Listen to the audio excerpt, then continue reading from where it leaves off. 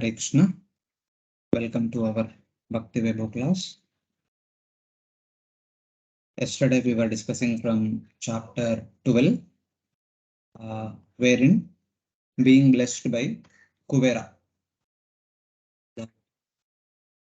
Dhruva wanted the blessing that he should have constant Achalitam Smruti Harau, the constant remembrance of Lord Hari. So being blessed there by that, he came home.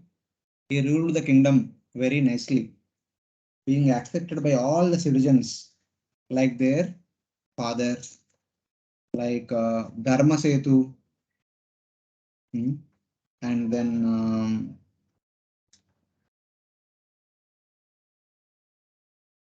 he was like Dina Vastala, Brahmanyam, Sheela Sampanna. These are various ways the citizens were glorifying him or considering him. They were considering him as the protector of the Dharma, endowed with all the good qualities and compassionate to the innocent, respectful to the Brahmanas. Finally, they considered him like their father. So with that understanding, he ruled for 36,000 years, the entire kingdom. So though he was ruling, while ruling that entire duration, his rule was endowed with the performance of so many yajnas, pratubi, and then dana, giving charities to the great sage Brahmanas, Kratubir Bhuri Dakshinai. So he was continuously performing yajnas for the welfare of the entire society, entire kingdom, and he was also giving the charities profusely to the Brahmins. Though he was living, and it is also said that Bhogena Punyam Kushalena Papam. By enjoying his exhausting punyam, by performing austerities, he is exhausting, if there is any so-called papa is there. So like that, he ruled for 36,000 years. At the end of these 36,000 years, understanding nothing is permanent in this material world, and the material enjoyment is like the below those are the phantasmagoria, like the Gandharva city, manufactured by the dream. Swapna Gandharva Nagara Upamam. Here it is there. Swapna Gandharva Nagara Upamam. So whatever material enjoyment, whatever appliances one may be having here in this material world, whatever security of life one may be having in this material world, they are all like a dream. As long as we are in the dream, they are all there. They make sense. When the dream is over, none of those things have any value to that person. So understanding that with the detachment at the right time, giving the kingdom to his son, he went to forest, accepting the Vanaprastha order. So that is where we stopped yesterday.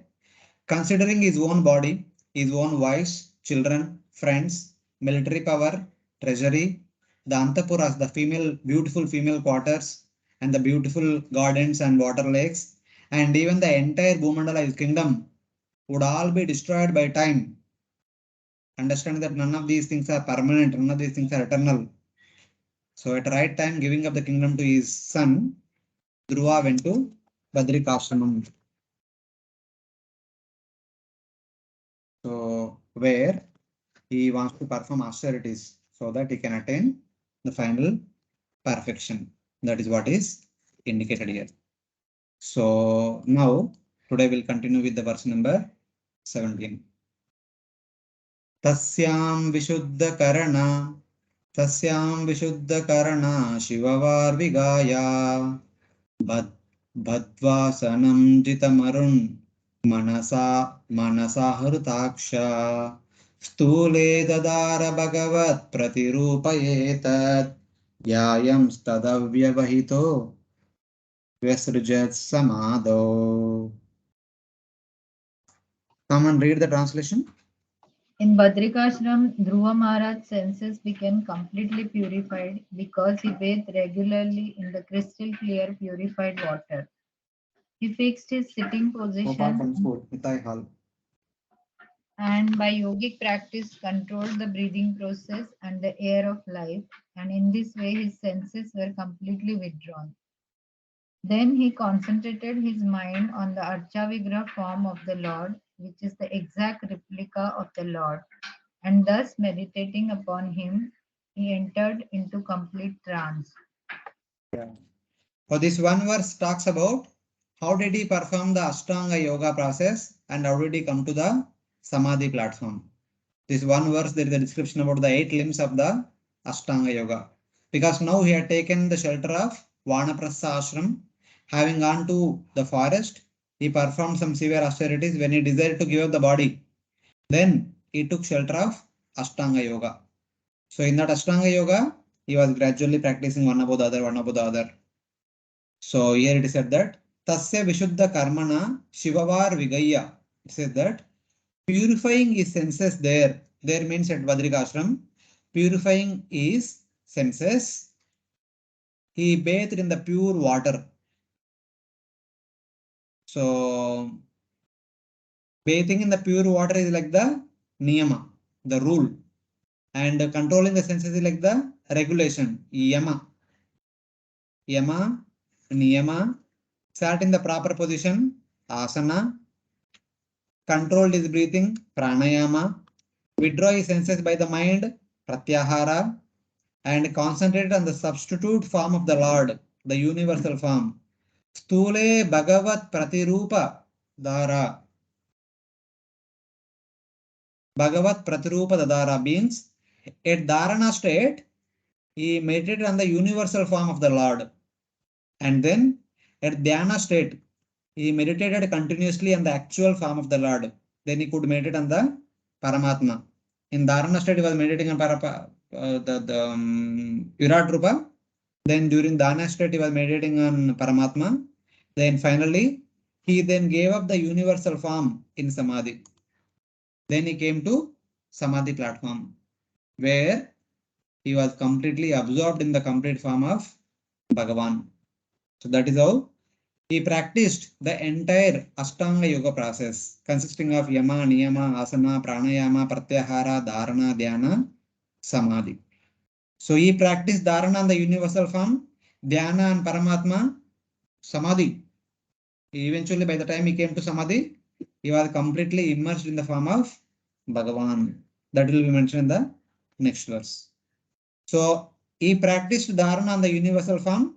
He then meditated on the actual form of the Lord without interruption and situated in samadhi. Thus, he gave up that gross universal form. Giving up the gross universal form, then by performing dhyana on the Paramatma, eventually perfecting that, he began to absorb himself in the form of Bhagavan at the state of samadhi. So like that, gradually, he was able to completely meditate on the form of the Supreme Lord completely and continuously. That's how in a couple of days he came to Smaranam platform of the Bhakti. So I like that. That is indicated in this. Yes, Mataji. Prabhuji, is there any difference, like, or usually it is done this way only, that how it is mentioned, that just show the previous slide, please. That dhyan on the Archa Vigraha and dharana on the universal form and samadhi on the actual form of the Lord. So it is usually done in the yoga process this way, that particular form of the Lord is at a particular stage of the yoga system. Ashtanga Yoga has been presented in second canto, first 2 chapters, and third canto, 28th chapter. So in the second canto, it is mentioned that if the yogi, the practicing yogi, is completely purified of all the material attachments, they can visualize the Paramatma. So on the Paramatma only they can perform dharana. Dharana means meditating on the complete form of the Paramatma at one go. Then dhyana means meditating on the individual limbs of the Paramatma, one by limb. Like in third canto, 20th chapter, we saw that first meditating on the lotus feet, then legs, thighs, abdomen, chest, neck, hands, the face, eyebrows, eyes, nose, smile. So like that, one by one, gradually the meditation goes upward. That is called dhyana. That is how the process is recommended for detached Ashtanga yogis.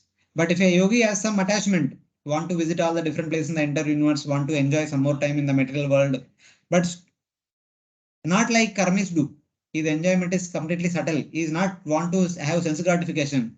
His enjoyment is just to see. So what is what?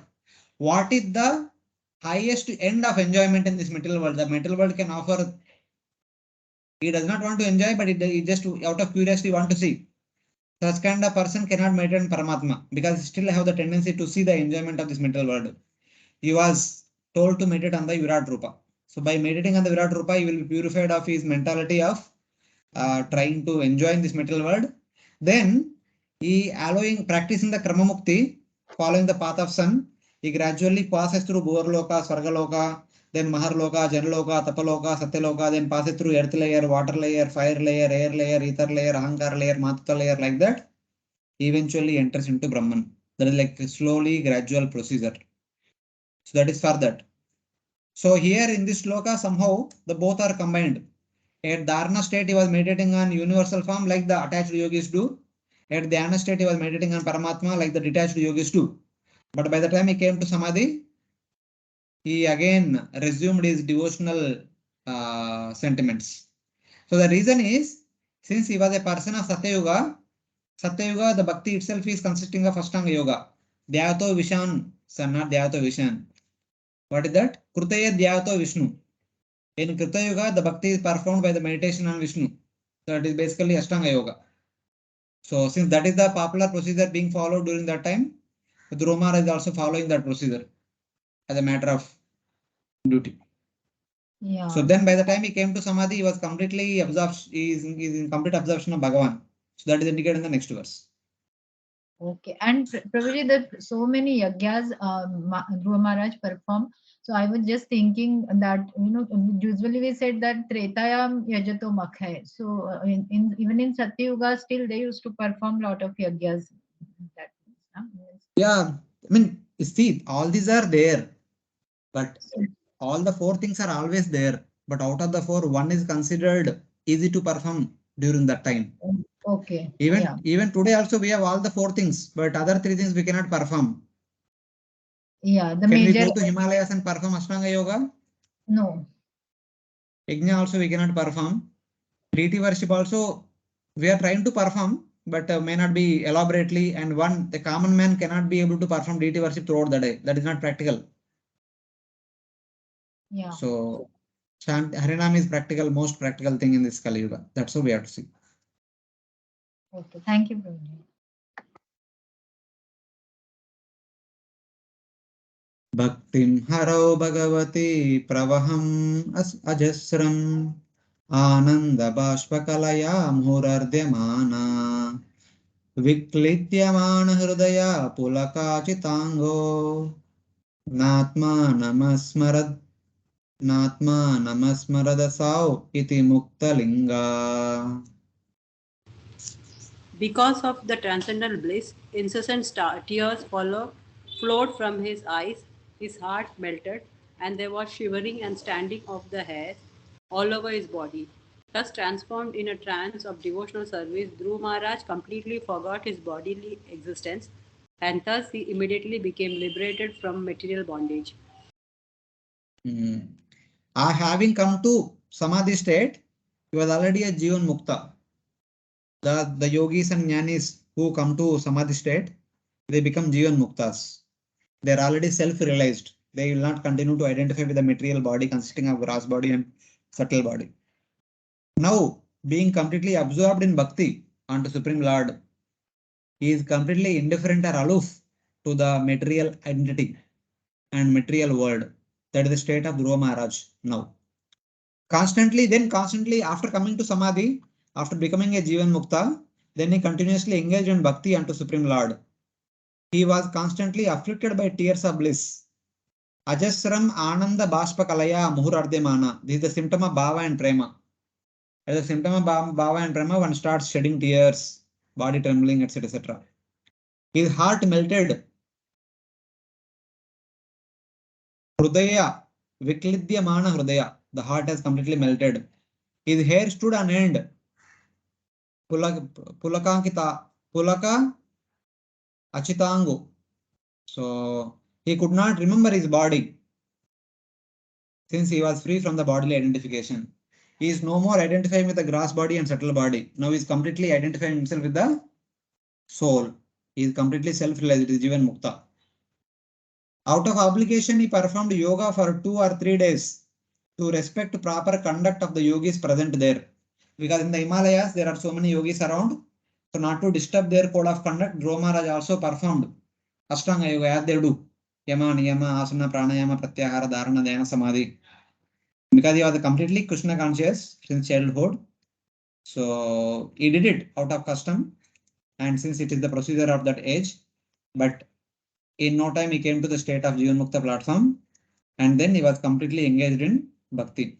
As we study in Bhagavad Gita, if you remember, those who are from our Bhakshasri group, not sure remember or not, we discussed about it elaborately in the 18th chapter of Bhagavad Gita. Brahma Bhuta Prasannatma na sochati na kankshiti samasarveshu bhutechu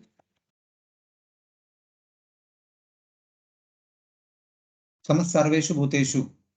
So it is said that a jnani or a Ashtanga yogi, by practicing Jnana Yoga or Ashtanga Yoga, when they come to the final state of perfection, that is Jivan Mukta platform or Samadhi platform, that time their consciousness will be like this. The state will be like this.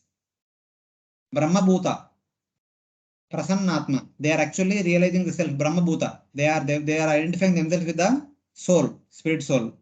And Prasannatma, that now they are completely satisfied. Na Sochati. They don't have any material hankering. Na Kankshati. Sorry. Na Sochati means no material lamentation and no hankering. Lamentation for what he has given up. Now he has come to forest, he has nothing with him. He is not lamenting that what will happen to my wife, my children, my family, my home, my car, my this, my that. Such kind of lamentation is not there. And he does not want anything more in this material world. Samas Sarveshu Bhuteshu. Then he is seeing all the living entities equal as representative of Supreme Lord. Yesterday we discussed. Then, after attaining perfection of Ashtanga Yoga and Jnana Yoga, the yogi and jnani is supposed to give up the Ashtanga Yoga process and Jnana Yoga practice. Then they are left with Bhakti, which they were practicing as a secondary Anga till now. While as a Grahastha, while practicing Nishkama Karma Yoga, they were practicing Bhakti also along with the Nishkama Karma Yoga. While as a Jnana Yogi or Ashtanga Yogi in Vanaprastha Sannyas order, they were practicing Jnana Yoga or Ashtanga Yoga along with little Bhakti. But now they have given up Ashtanga and Jnana. So they are left with Bhakti only. Mad Bhaktim Labate Param. They remain with Bhakti.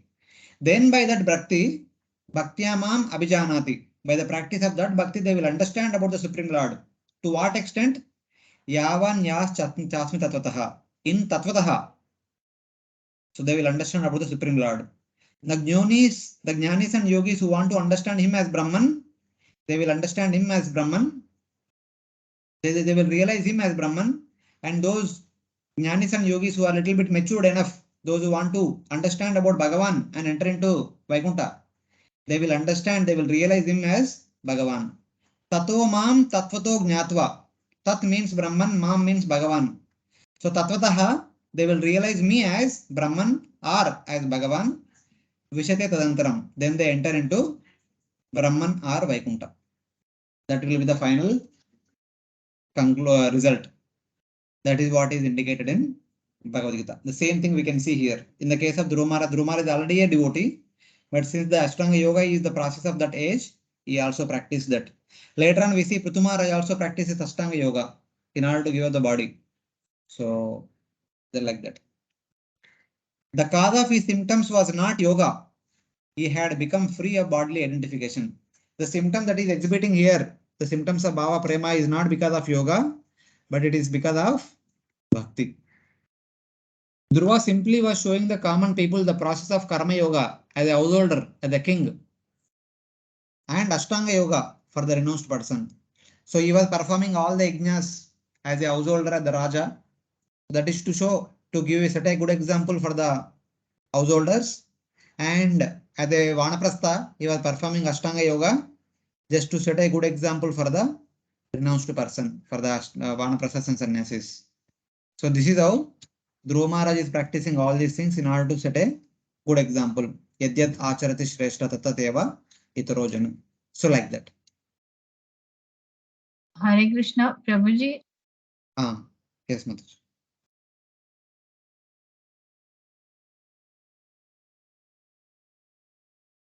Yes, Mataji, you want to say something? Hare Krishna, can you hear me? Yeah, I was saying, Prabhuji, that eightfold ecstatic symptoms we talk about. So, is there any difference of those eightfold symptoms at the level of bhava and at the stage of bhakti? Because how we discuss now that Dhruva Maharaj was not showing it because of the bhava stage, but it was due to the bhakti. So, I didn't understand. No, bhava, bhakti both are same only, na? Bhava is there in bhakti Yeah, only, that's not in Ashtanga Yoga. okay, okay. So it was due to Bhava Bhakti, he was showing those eightfold ecstatics. Yes, yes. Okay. After attaining samadhi, giving up that Ashtanga Yoga, now he is practicing bhakti alone. With that practice of bhakti, he is depicting the symptoms of bhava and prema. How? He was constantly affected by the tears of bliss. His heart is melted, hair is standing on hand, and he was not at all remembering his body. No bodily identification. So these are the symptoms of bhava and prema. Okay, so to begin with, he started with Ashtanga Yoga, but later on he purely practiced Bhakti. That's what it Not happened. only he, even a Jnana Yogi, Ashtanga Yogi also need to practice bhakti. By the practice of Jnana Yoga, Ashtanga Yoga, they will only realize that they are Atma. In order to realize what the Brahman is, who the Bhagavan is, everyone need to practice bhakti. That's why I'm saying. Okay, so every Ashtanga Yoga process eventually culminates into Bhakti, then only it becomes successful. They can achieve it. With that bhakti only, they will realize Brahman or Bhagavan. Tato mam tatvato jnatva. Those who want to enter Brahman, they will realize Brahman, then they enter into Brahman. They attain Sahajya Mukti. Those who realize Bhagavan, they enter into Vaikuntha. They attain Salokya, Sarishti, Samipya, Sarupya, 4 kinds of liberations. Okay, okay, thank you. It's like that.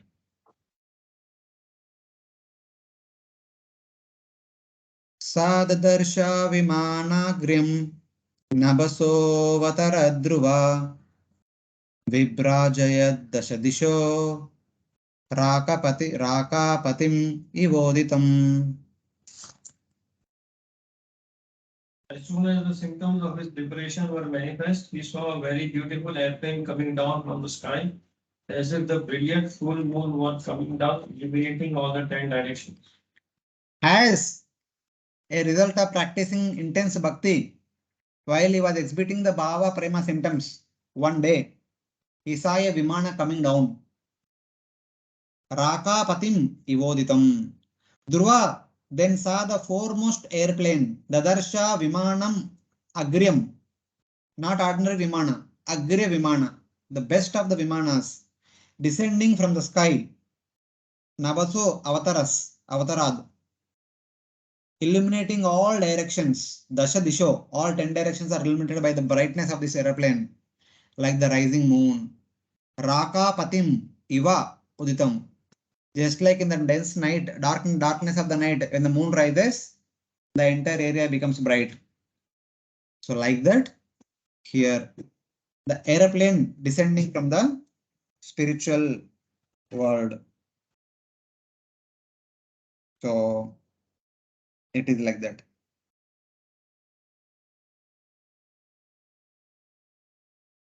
So this is the gradual progression.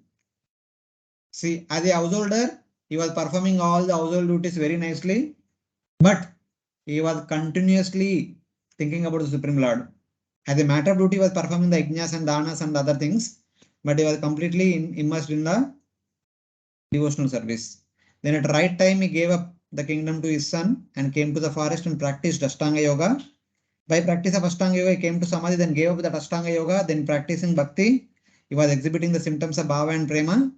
Then it is time for him to leave the material world. The Vaikuntha Vimana came down. So then what?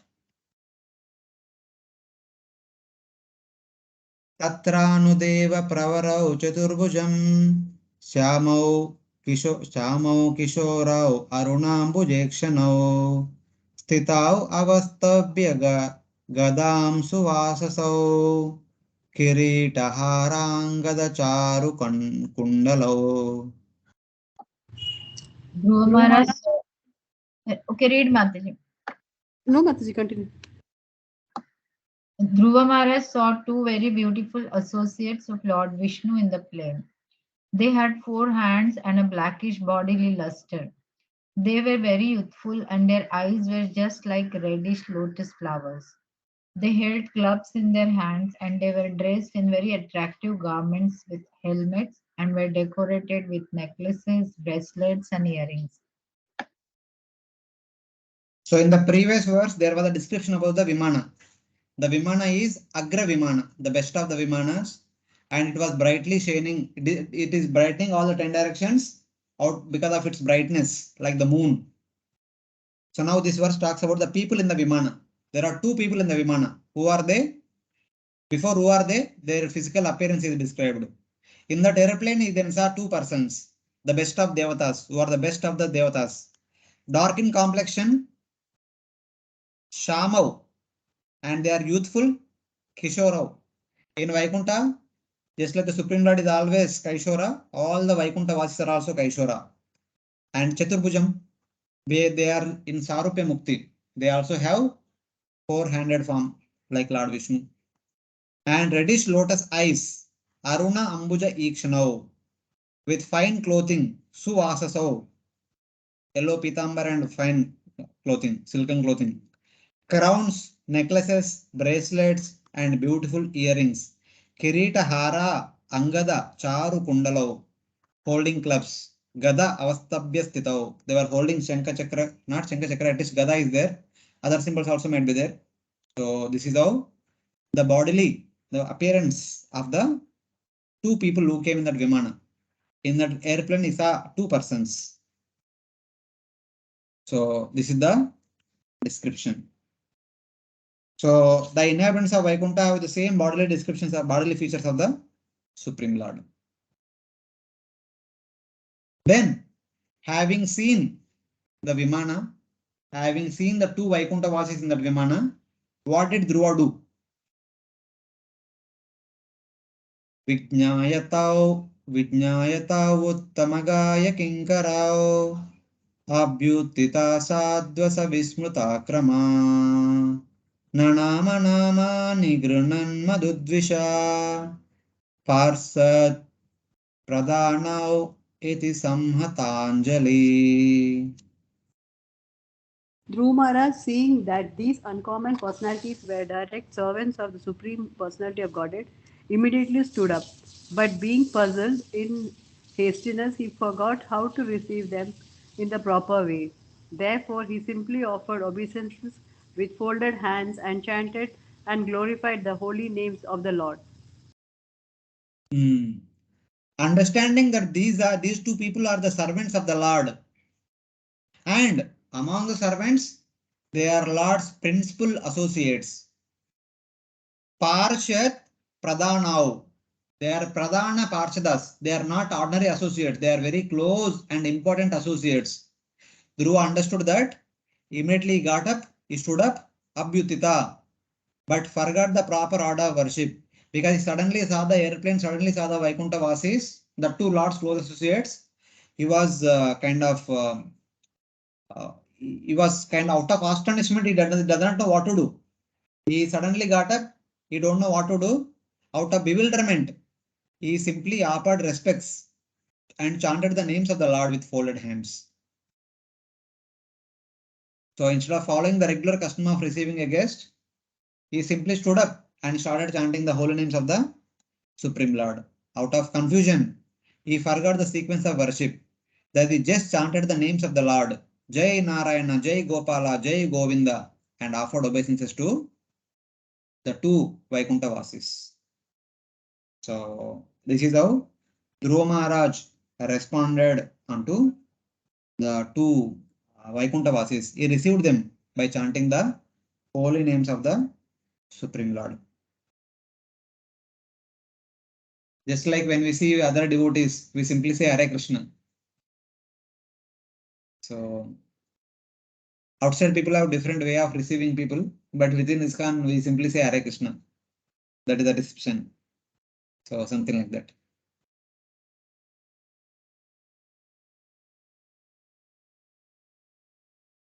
Tam Krishna Pada Binivishta Chetasam Baddhanjalim Prashraya Narma Kandaram Sunandananda Upashrutya Sasmitam Pratyuchatu Pushkaranaba Sammatau. Dhruva Maharaj was always absorbed in thinking of the lotus feet of Lord Krishna. His heart was full with Krishna. When the two confidential servants of the Supreme Lord, who were named Nanda and Sunanda, approached him, smiling happily, Dhruva stood with folded hands, bowing humbly. They then addressed him as follows.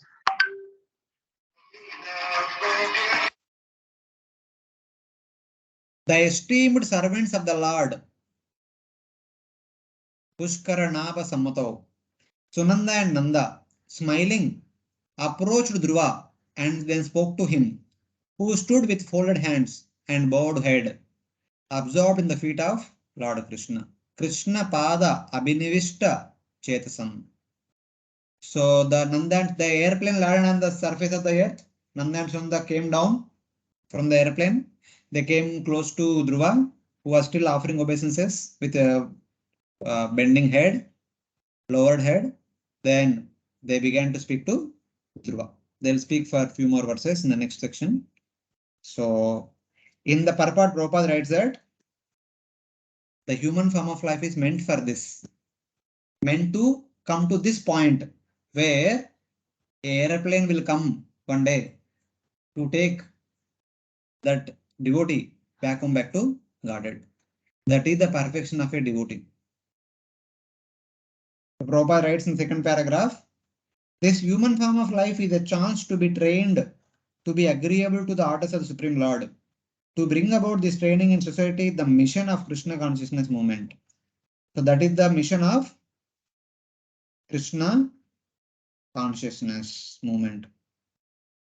Later on, a couple of lines later, Prabhupada writes that the example of Dhruva Maharaj is very fitting. Simply by becoming agreeable to the orders of Supreme Personality of Godhead and by developing love of Godhead, Dhruva got the chance to personally meet the confidential servants of the Lord Vishnu face to face. What was possible for Dhruva Maharaj is possible for everyone. Anyone who very seriously engages in devotional service can obtain in due course of time the same perfection of human form of life. This is the perfection of human form of life. In many places, Prabhupada writes that the perfection of human life is while living here, one should be happy, one should be living happily. At the end of this life, one should go back to Godhead. That is the success of human life. The people outside might be endeavoring to become happy in this life alone, but that is not the complete success. The complete success is to be happy in this life and to go back to Godhead at the end of this life. That is the complete success. So what is possible for Dhruva can be possible for anyone. So, but one need to work hard. One need to practice sincerely like that. Prabhupada says at the end of this purport. Then now, what did Nanda and Sunanda spoke to Dhruva Maharaj? Bobo Rajan Subhadram te Vacham no Vahitam Shrunu Vahita Shrunu Yah Pancha Varshas Tapasa Bhavan Devam Atitripat. Nanda and Sunanda, the two confidential associates of Lord Vishnu, said, Dear King, let there be all good fortune unto you. Please attentively hear what we shall say. When you were only 5 years old, you underwent severe austerities, and you thereby greatly satisfied the Supreme Personality of Godhead. They are speaking to Dhruva now. O King, all good fortune unto you. Subhadram te, not just ordinary Bhadra, Subhadram, who pleased the Supreme Lord by performing severe austerities, even when you were 5 years old. Panchavarsha. Attentively hear our words. What we are going to speak to you now, listen with attention. So by saying Subhadram, good fortune unto you, the Vaikuntha Vasis are indicating that Dhruva will attain the Lord's abode in his present body. In the self-same body, Dhruva will go to the abode of Lord Vishnu. That is indicated by saying Subhadram. He did not have to give this body. That's what Bhagavatam says. He did not give up the material body. He went in the self-same body. Tukaram Maharaj also did not give up the body. He just boarded the airplane and went. That body became spiritual. Yeah, this body became spiritual. Dhruva Maharaj's body was touched by Lord Vishnu himself. So how it will remain material? In that way we can see.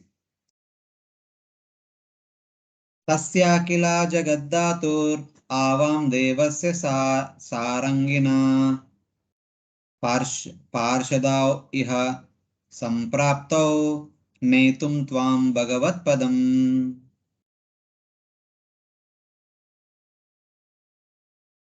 We are representatives of the Supreme Personality of Godhead, the creator of the whole universe, who carries in his hand the bow named Saranga. We have been specifically deputed to take you to the spiritual world. So they are telling that we are the associates of the Supreme Lord. The Supreme Lord, who is the creator of all the universes, Akila Jagat Dhatu, who is the holder of Saranga bow, and we are his associates, and we have come here to take you to the abode of the Supreme Lord.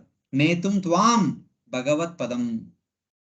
Being sent by that Supreme Lord, who is the creator of all the universes, who is the holder of Saranga bow, we have come here to take you to Lord's abode.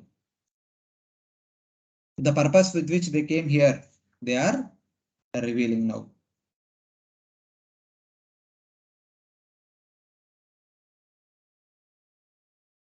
Louder, louder, louder. In the word to word translation, what the position of the Supreme Personality? Wait.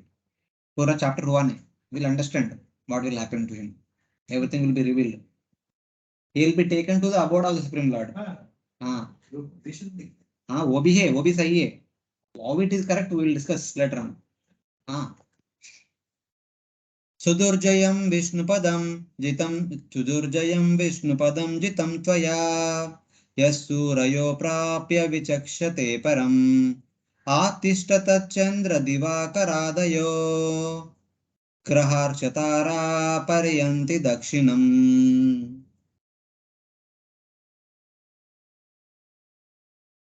Please. To achieve Vishnu Loka is very difficult, but by your austerity you have conquered. Even the great rishis and demigods cannot achieve this position. Simply to see the supreme abode, the Vishnu planet, the sun and moon and all the other planets, stars, lunar mansions and solar systems are circumambulating it. Now please come, you are welcome to go there. You have attained the abode of Lord Vishnu. Vishnu Padam Jitam Tvaya, which is difficult to achieve. Sudurjayam. Attaining the abode of Lord Vishnu is not that simple. It's very, very, very difficult. But you have attained it somehow or other, which the Devatas see, but cannot attain. The Devatas regularly see the abode of the Supreme Lord. They do parikrama around the Supreme abode of the Supreme Lord every day. Like we do Tulsi Maharani parikrama every day 3 times morning. The Devatas do one parikrama around the abode of Lord Vishnu every day once. But they see it every day, but they cannot attain it. Who all do parikrama around the abode of Lord Vishnu? The moon, sun, and the other grahas, other planets, the 27 constellations, and unlimited stars circumambulate the supreme abode in a clockwise direction. Every day they make one parikrama around the abode of Lord Vishnu. The Devatas and the 7 sages, without attaining that place, look at it from below. The moon and other planets turn around that planet.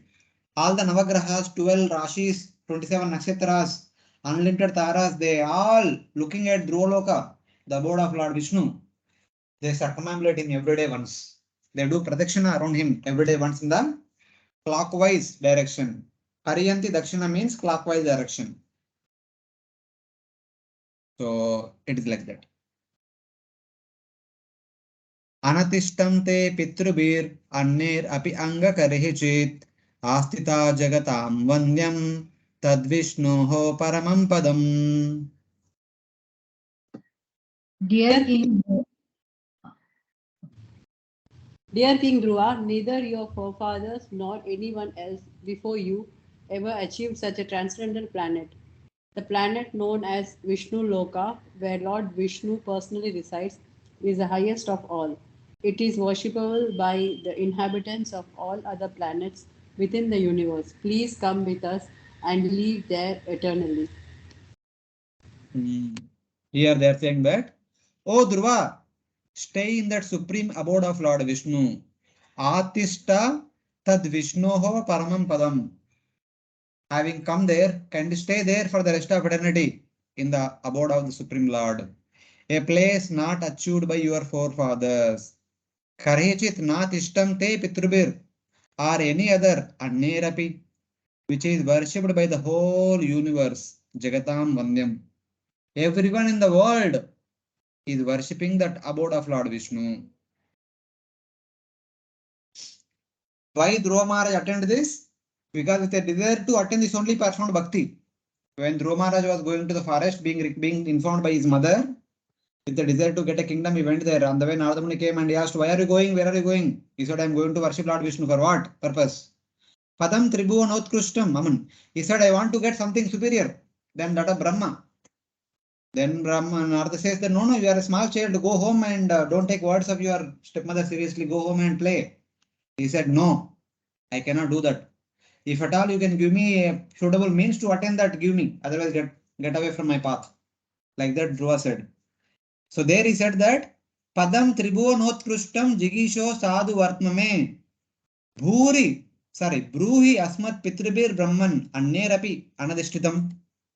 Oh Brahmana, please tell me the correct path, desiring the best position in the three worlds, which has not been attained by my forefathers or others. I want to get a place which is superior to the abode of Lord Brahma. And that even my superior, my father, Uttanapada, his father, Swayambhu Manu, his father, Brahma did not attain that. I want that position. I want that place and that position in the three worlds, within the universe. Please give me that. So here one thing you can see, as Prabhuji was mentioning that Paramam Padam, that Bhagavat Padam, that means to the position of the Supreme Personality of Godhead, that is indicated there. So within the universe, we have three deities, Brahma, Shiva, Vishnu. Lord Brahma is responsible for creation. Lord Vishnu is responsible for the maintenance. Lord Shiva is responsible for the destruction. Destruction is an activity of mode of ignorance. Creation is an activity of mode of passion. Since mode of passion is superior to the mode of ignorance, creation is superior to destruction. And maintenance is an activity of mode of goodness. Since mode of goodness is superior to mode of passion, the maintenance is superior to creation. So Brahma's service is creation. So Brahma is there means Brahma gets the name Brahma because he is doing that service. And Dhruva Maharaj wanted a service which is superior to that of Brahma. Basically, a position which is superior to that of Brahma. Position does not come just like that. Position comes along with the responsibility. So, since Dhruva Maharaj asking for a position as well as the responsibility which is superior to that of Brahma, there is only one place and one service, one responsibility superior to the responsibility of Brahma. That is Lord Vishnu's place and Lord Vishnu's responsibility.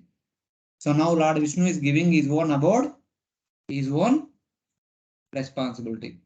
The maintenance of the entire universe will be given to Dhruva. Afterwards, after Dhruva had gone to Dhruva Loka, that abode of Lord Vishnu, which was previously known as Vishnupada, later on when Dhruva went there, it became known as Dhruva Loka. And Dhruva became the in charge of the maintenance of the entire universe. That's how the Lord facilitated the fulfillment of the desire of the Dhruva Maharaj. Till the end of the day of Brahma, he'll be there in Dhruva Loka. Hare Krishna. Yes, Mataji. Prabhuji, from this, can we say that Dhruva got Salokya type of liberation because he went to the same planet where the Lord is staying? I mean, not only just Salokya, he has got everything. Yeah. Salokya, Samikya, It was Sarupya, beyond Sarishtu, Salokya. all he got. Yeah. He got all the opulence also, right? Salokya and Sarishti for the Jnanis and Yogis, but for devotees, they all. So he attained. Lord service only attained. So in that way. Okay. And there was one more small question, Prabhuji, not directly related with this, that Manu and others, like at the end of their life, वो 71 Chaturyuga होने के बाद, they return back to Godhead, or it is not that always they will return back? ഇപ്പൊ ഇരുന്നോളൂ. They will return back to Godhead. The Devatas and the Manu, since they are serving the Supreme Lord for a long time, they will go back home back to Godhead. Unless until they don't want to go, otherwise they will go back to Godhead. They will go back to Godhead. Okay. So usually it is destined that they will go back to Godhead unless and until kuch if Yes. they desire otherwise. Okay. Parotta ഒക്കെ വെച്ചിട്ടുണ്ട്. നാളെ 2 snacks എടുക്കും. ID Hare parotta Krishna, Prabhuji. cook and serve all. One second, I'll this- mute others and then you can unmute Mataji and you can ask.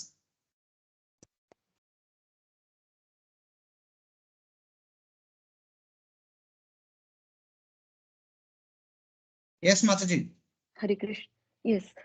Prabhuji, this Dhruv Lok where he went, Dhruv, where exactly is this planet? This is the same Shvetadvip planet which is there within the universe?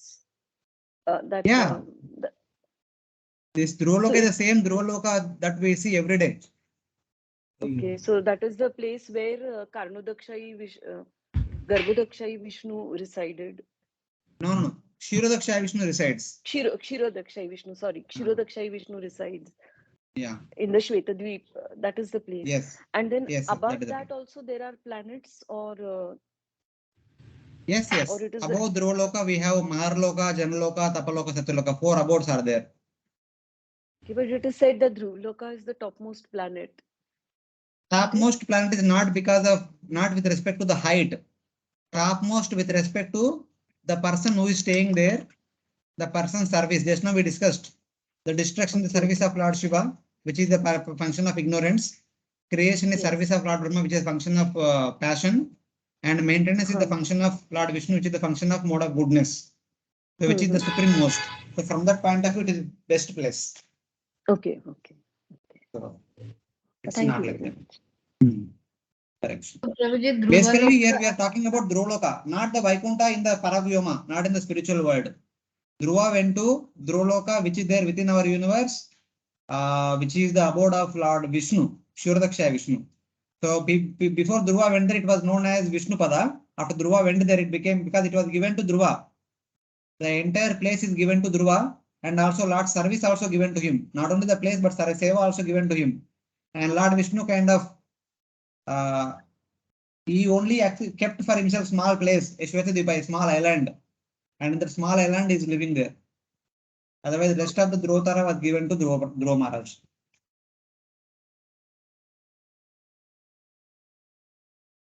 Thank you very much, Prabhuji. Correct.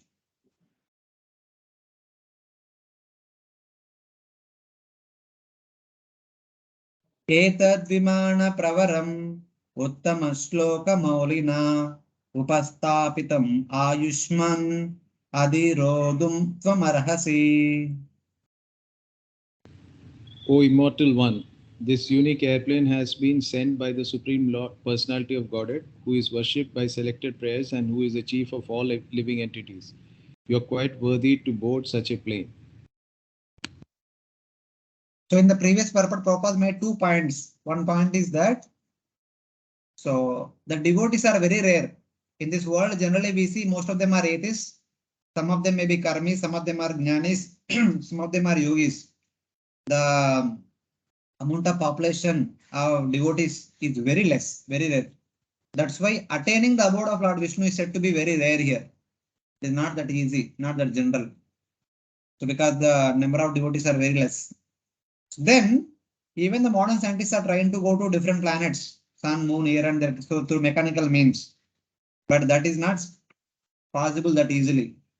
The easiest way of going to other planets is by this procedure. Like practicing bhakti like Dhruva Maharaj.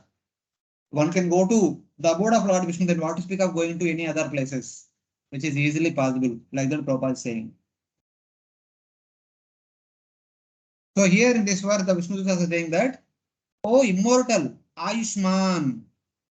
Generally, when the younger people are offered obeisances to elderly people, the elderly people say that, Chiranjeevi Bhava, Ayushman Bhava, may you live long.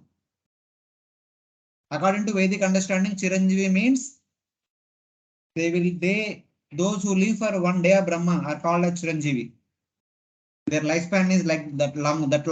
Chiranjeevi means one day of Brahma. That is the blessing generally the elders give. Basically, our understanding is that may you live long. And Ayushman also, may you have complete lifespan. Complete lifespan means one complete day of Brahma. May you live that long in that way. You are qualified to board this excellent plane sent by the best of the famous persons. Uttama Shloka Maulina.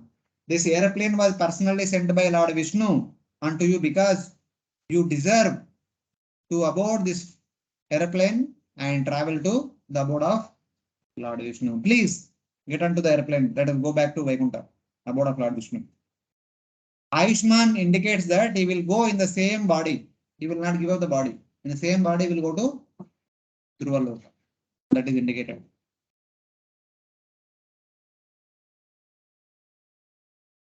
These are the words spoken by the Nanda and Sunanda, the two important Vishnu Dutas. Then what did Dhruva do? Maitreya is speaking. Did Dhruva immediately board the plane or did you do something before that? Maitreya uvacha nishamya vaikunta niyojya mukyayor madhuchutam vacha urukrama priya krutabhisheka kritanitya mangalo munin pranamya Abhyavadayat. The great sage Maitreya continued. Maharaj Dhruva was very dear to the Supreme Personality of Godhead.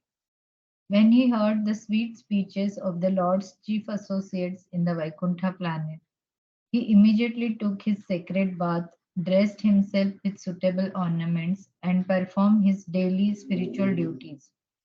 Thereafter, he offered his respectful obeisances to the great sages present there and accepted their blessings.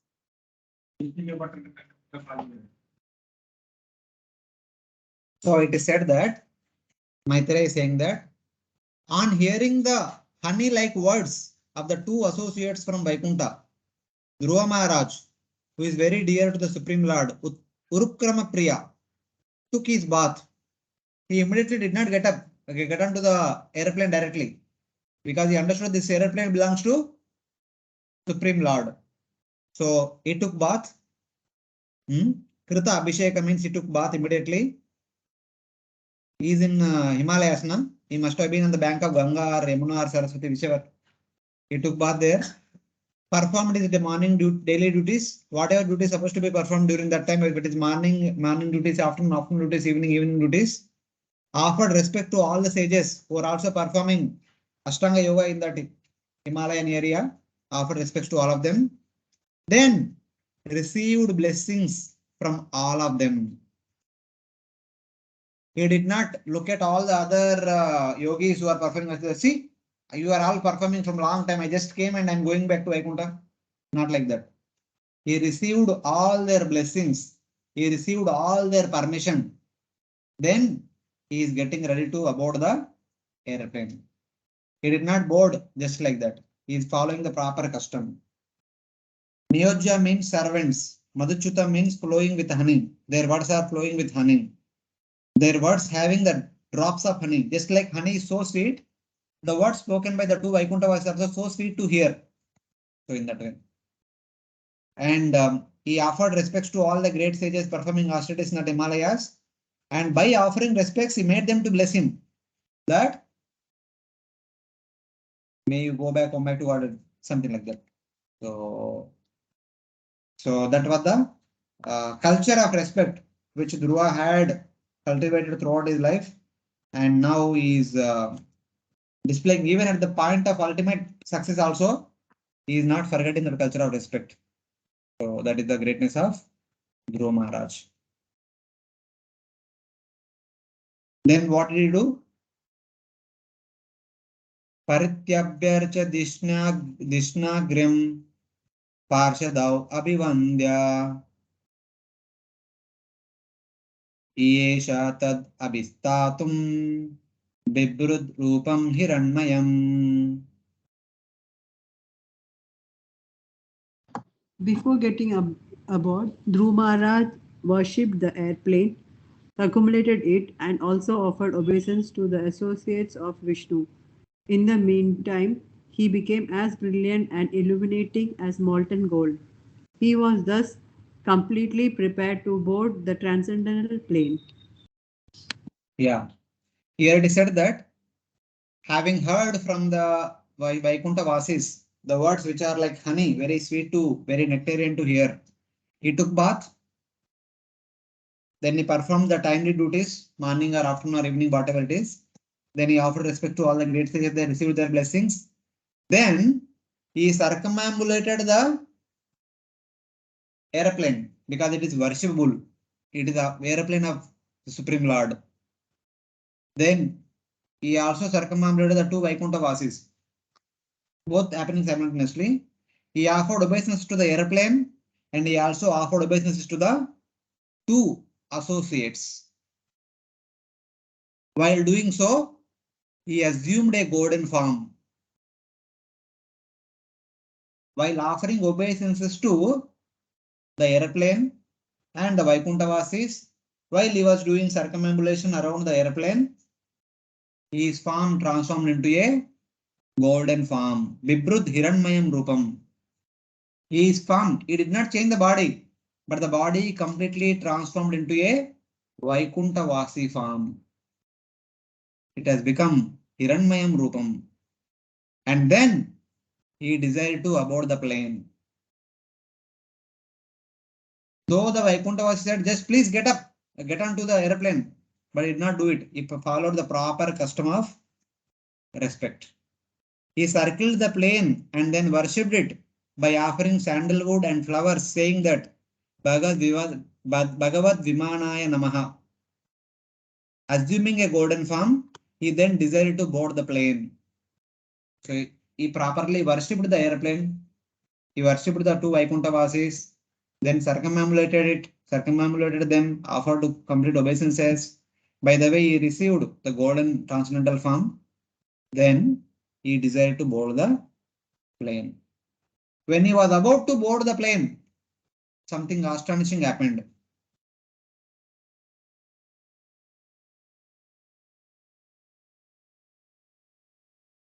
Did anyone hear that Tukaram Maharaj, when he was boarding the airplane, did he leave behind the body? Yes, sir. No. No, he went in his own body. But he went in his own Yes. body to the Vaikuntha. Yeah, he went in the self-same body. Same way here we can see that Dhruva Maharaj did not give up the body. But since he is about to depart from this material world, Yamaraj came there. Of course, Yamaraj came there to offer his respects, not to take his body, not to take his... Because he knew, Yamaraj knew that Dhruva Maharaj is not an ordinary person. And Yamaraj came here to offer his respects to Dhruva Maharaj, because everyone in this world will surrender to Yamaraj. But for Dhruva, Yamaraj is surrendering. This is the greatness of Dhruva Maharaj. That is indicated in the next verse. Tadottana padaputro dadarshantagam mrutyor murdane padam datva arurohadbutam graham. When Dhruva Maharaj was attempting to get on the transcendental plane, he saw death personified approaching. Not caring for death, however, he took advantage of the opportunity to put his feet on the head of death, and thus he got up on the plane, which was as big as a house. At that time, When his body completely transformed into the golden form, the Vaikuntha Vasi form. Okay. When Dhruva desired to board the plane, he is moving forward in order to board the plane. Dhruva saw the death approaching him, the death personified. Dadarsha Antakam Agatam. The death personified came there.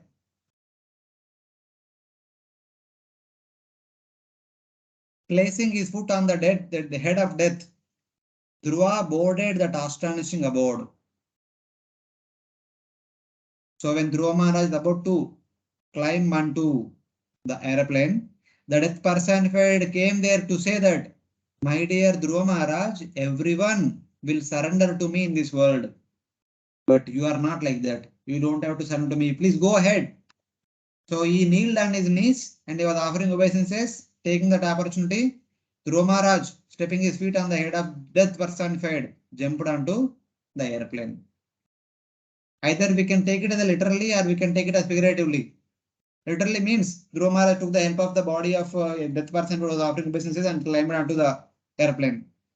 And figuratively means it is so everyone generally surrender to death because everyone has to give up their body and go to Yamaloka and from there go on wherever they are supposed to go. But here it is said metaphorically means stepping on the head of death. That means not following the general custom of this material world. So stepping on the general custom of this material world that one person has to die. For keeping that aside, Dhruva directly entered into the Vaikuntha Vimana. That is the understanding. That's how Dhruva entered into that airplane.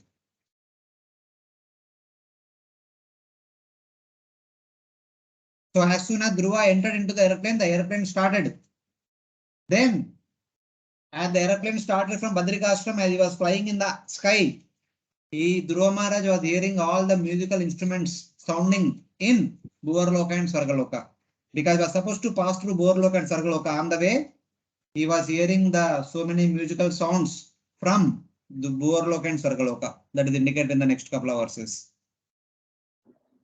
Tada tundubayo nedur murdanga panavadaya Gandharva Mukhya Prajaguhu Pretu Kusuma Vrushtaya.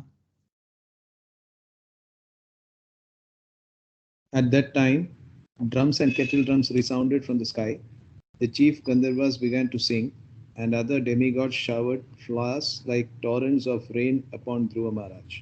Yeah, these are the different things that are happening in the Bhuvarloka and Sargaloka while he was going upward.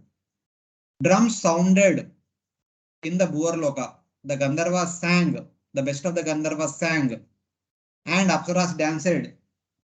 Of course, few things are mentioned, doesn't mean that it is ending there only. The drums, bagul's, and Anaka, Dundibis, everything, etc., everything are being played. And the Gandharvas are singing, Apsaras are dancing, and other devatas are showing flowers and Dhruva, who was ascending to the abode of Kshirodakshaya Vishnu. Then, afterwards, what happened? Sacha Sarvaloka Maroksham Sunitam Jananim Dhruva Anvasmarad Agam Hitva Dinam Yase Trivistapam. Dhruva was seated in the transcendental airplane, which was just about to start, when he remembered his poor mother Suniti. He thought to himself, how shall I go alone to the Vaikuntha planet and leave behind my poor mother? Yeah. So while Dhruva Maharaj going to Vaikuntha, being seated in the airplane, while the sub-devatas, they are playing instruments, Gandharva singing, Apsaras dancing, and other devatas were showing flowers. Dhruva Maharaj suddenly remembered something. As Dhruva was ascending to the Lord's abode, he remembered his mother Suniti, giving up this place that no one can attain the abode of Lord Vishnu. I will go to my unfortunate mother. So he is thinking that somehow or other, by the mercy of the Supreme Lord, I am going to Vaikuntha. the abode of Lord Vishnu, which is ordinarily not possible for any person in this world. But the one and only reason for me to be in this good fortune today is my mother. It is by following the instruction of my mother only I am getting what I am getting today. How can I alone go to spiritual world without taking my mother along with me? What kind of selfishness do I have? What kind of sinful activity I am performing that I am myself going to Vaikuntha? I should take along with me my mother, by whose instructions only I got this opportunity today. So how can I leave behind her? If I go alone, the people of this world will criticize me that you are so ungrateful. You have forgotten that Guru who had shown you the right path. You are Patapataksha Guru, and you alone went back to Godhead. What is this? What kind of devotee are you? Like that, people will criticize. Therefore, he is talking to the two Vaikunthavasi saying that, so my dear sir, I cannot come with you, leaving behind my mother. If it is not for without my mother, I could not have been seen today, both of you, and I could not have been sitting here in this airplane. So please forgive me that I will not come with you. I have to go to the place where my mother is there. I cannot come with you to Vaikuntha. Though somehow by Lord's causeless mercy I got this opportunity, but please forgive me for that. Without my mother, I cannot go anywhere. So leaving behind my mother who showed you gave me this entire benediction, I cannot leave her behind. So please, sorry, I have to stay back. I have to go to the place where my mother is there. As Dhruva was speaking like this to the two Vaikuntha Vasis in that Vimana. So this is the consciousness of Dhruva. Yes. Prabhuji, do we see here as Dhruva is seeing his mother as his guru, maybe Path Pradarshak Guru, because she showed him the way, or because we already see that great devotees, they are not at the bodily platform. And yesterday only we discussed that mother, father, and everyone is for this body. Means later on when you get another body, where are these mother and father? So that is the bodily platform of understanding parents. But I think Dhruva Maharaj here is seeing his mother as the guru, no? That is why he's thinking this way. Yes. What we have discussed yesterday, that is a 10-year detachment required for a devotee also. The detachment will be seen 100% in the Jnana and Jnanis and Yogis. The Jnanis are yogis and completely indifferent to others, the family members, friends and relatives, etc. But devotees have gratitude for each and everyone. The devotees are not self-centered. Here Dhruva Maharaj is seeing her not only as his guru, he is seeing her as his mother also. So both the things we should see.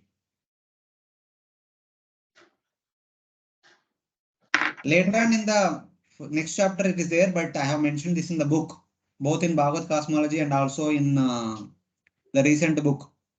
Not only Dhruva Maharaj, because Dhruva Maharaj is so great devotee, Dhruva Maharaj's mother, his wives, his children, grandchildren, great-grandchildren, all those descendants also came to Dhruva Loka later on.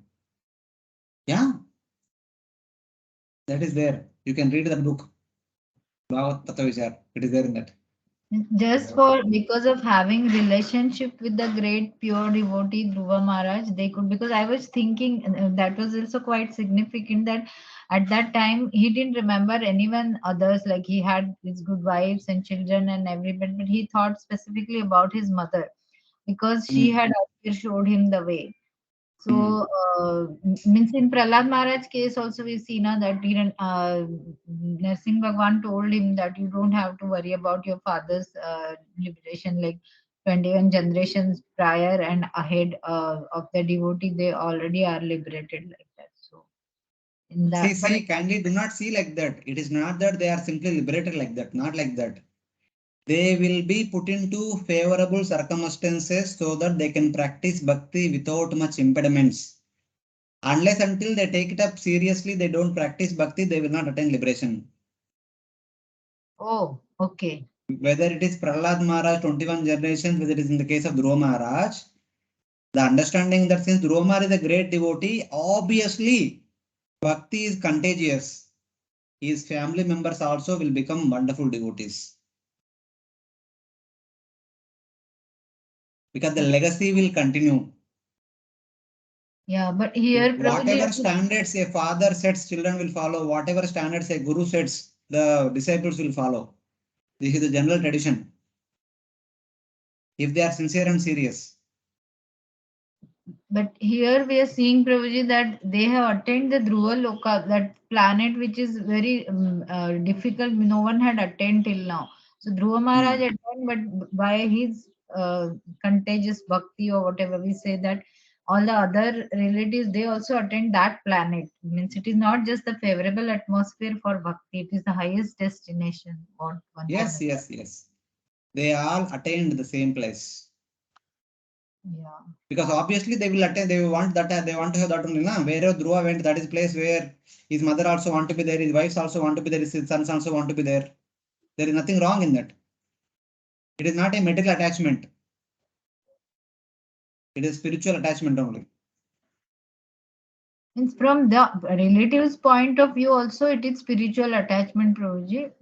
Means from Dhruva Maharaj's point of view, I can understand. Yes, he is seeing them as the spiritual. See, Mataji, it's simple. You don't worry. See, since yesterday also Prabhuji was asking about the friends and relatives, today also same question is coming. The problem comes according to our consciousness. If we see our family members as a body relatives, that is wrong. If we see them also other Vaishnavas who also happen to be our family members, then what is the problem? A devotee alone wants to go to spiritual world, he wants to go along with all his associates to the spiritual world. Yeah, along with everyone. Like. Why not in that everyone, the family members can be part of? Yeah, in fact, we keep praying. That's why many times the question arises. Like that we should see. Like that we should see. Like that we should see. There is nothing wrong. See, bhakti is beyond all the boundaries. But when scriptures talk about, they also talk about some detachment.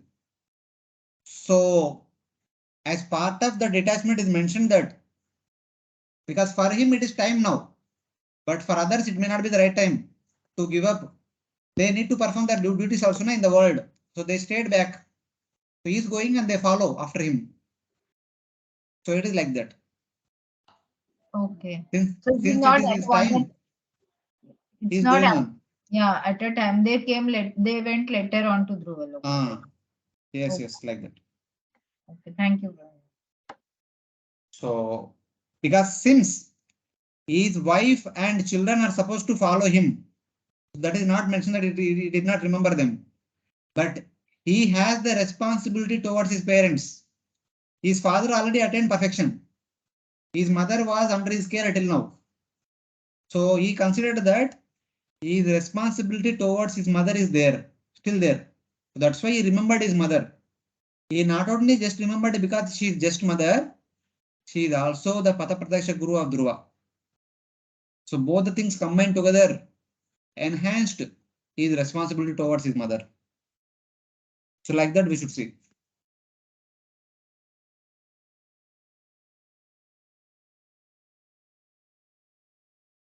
See, I mean, this is my understanding.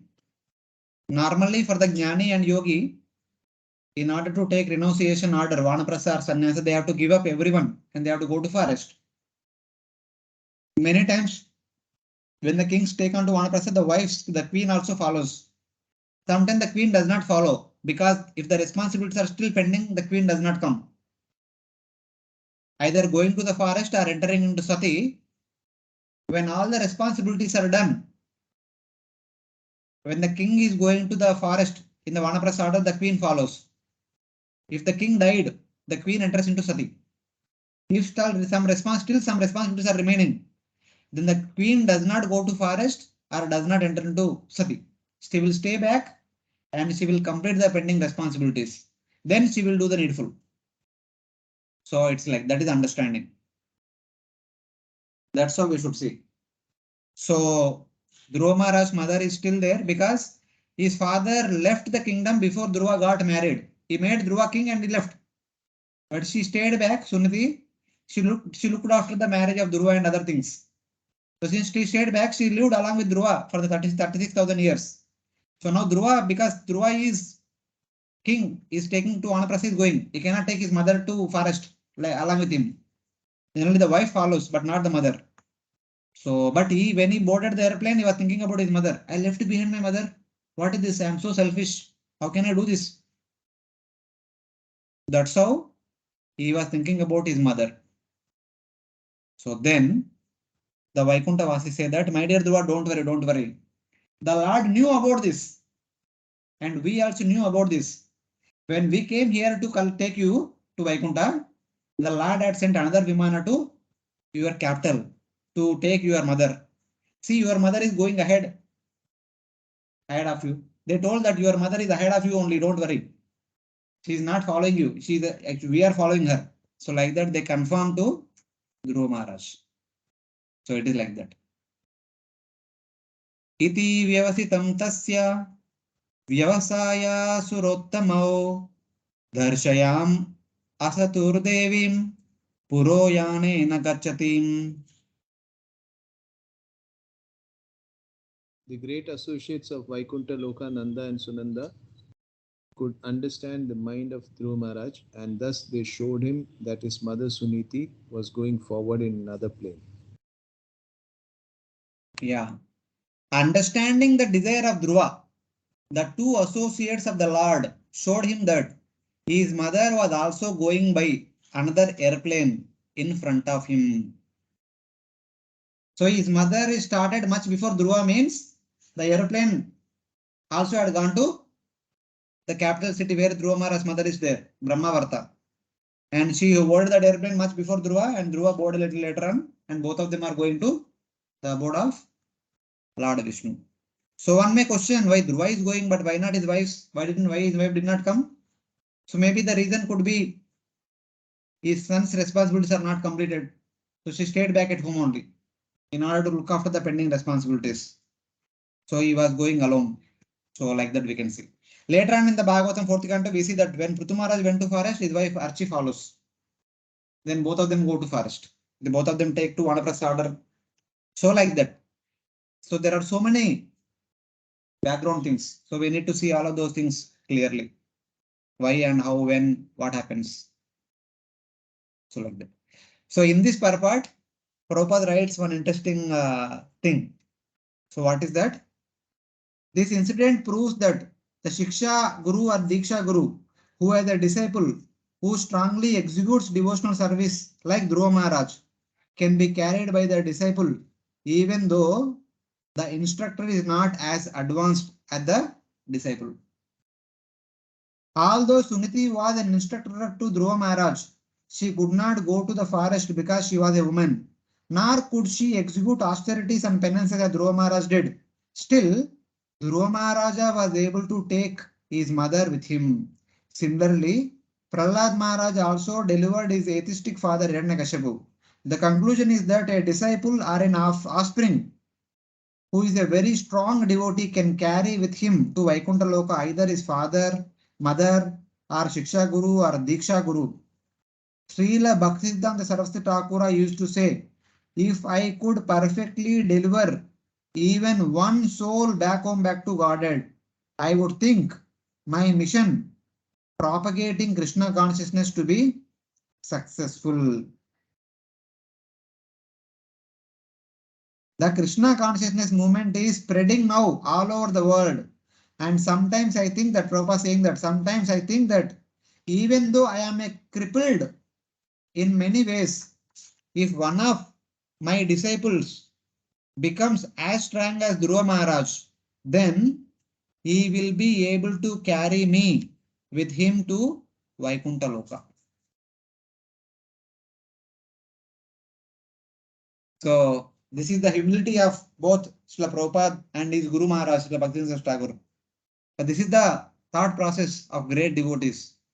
They themselves are so great, but they never think that they are great. They always think themselves to be ordinary. They always pray and work hard to make their disciples as the first class disciples. And they say that by their virtue, by the virtue of their disciples, they will have a hope to go back home, back to Godhead. That is the general thought process the pure devotees have. So it is like that. Tatra tatra prashamshabdis pati vaimanikai surai avakiryamano dadrishe kusumai kramasho grahan.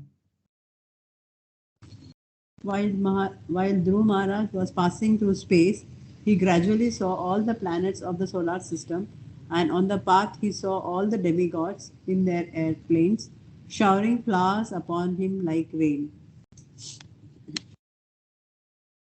So, while being showered with flowers, both Suniti and Dhruva Maharaj were traveling to the abode of Lord Vishnu on two different aeroplanes.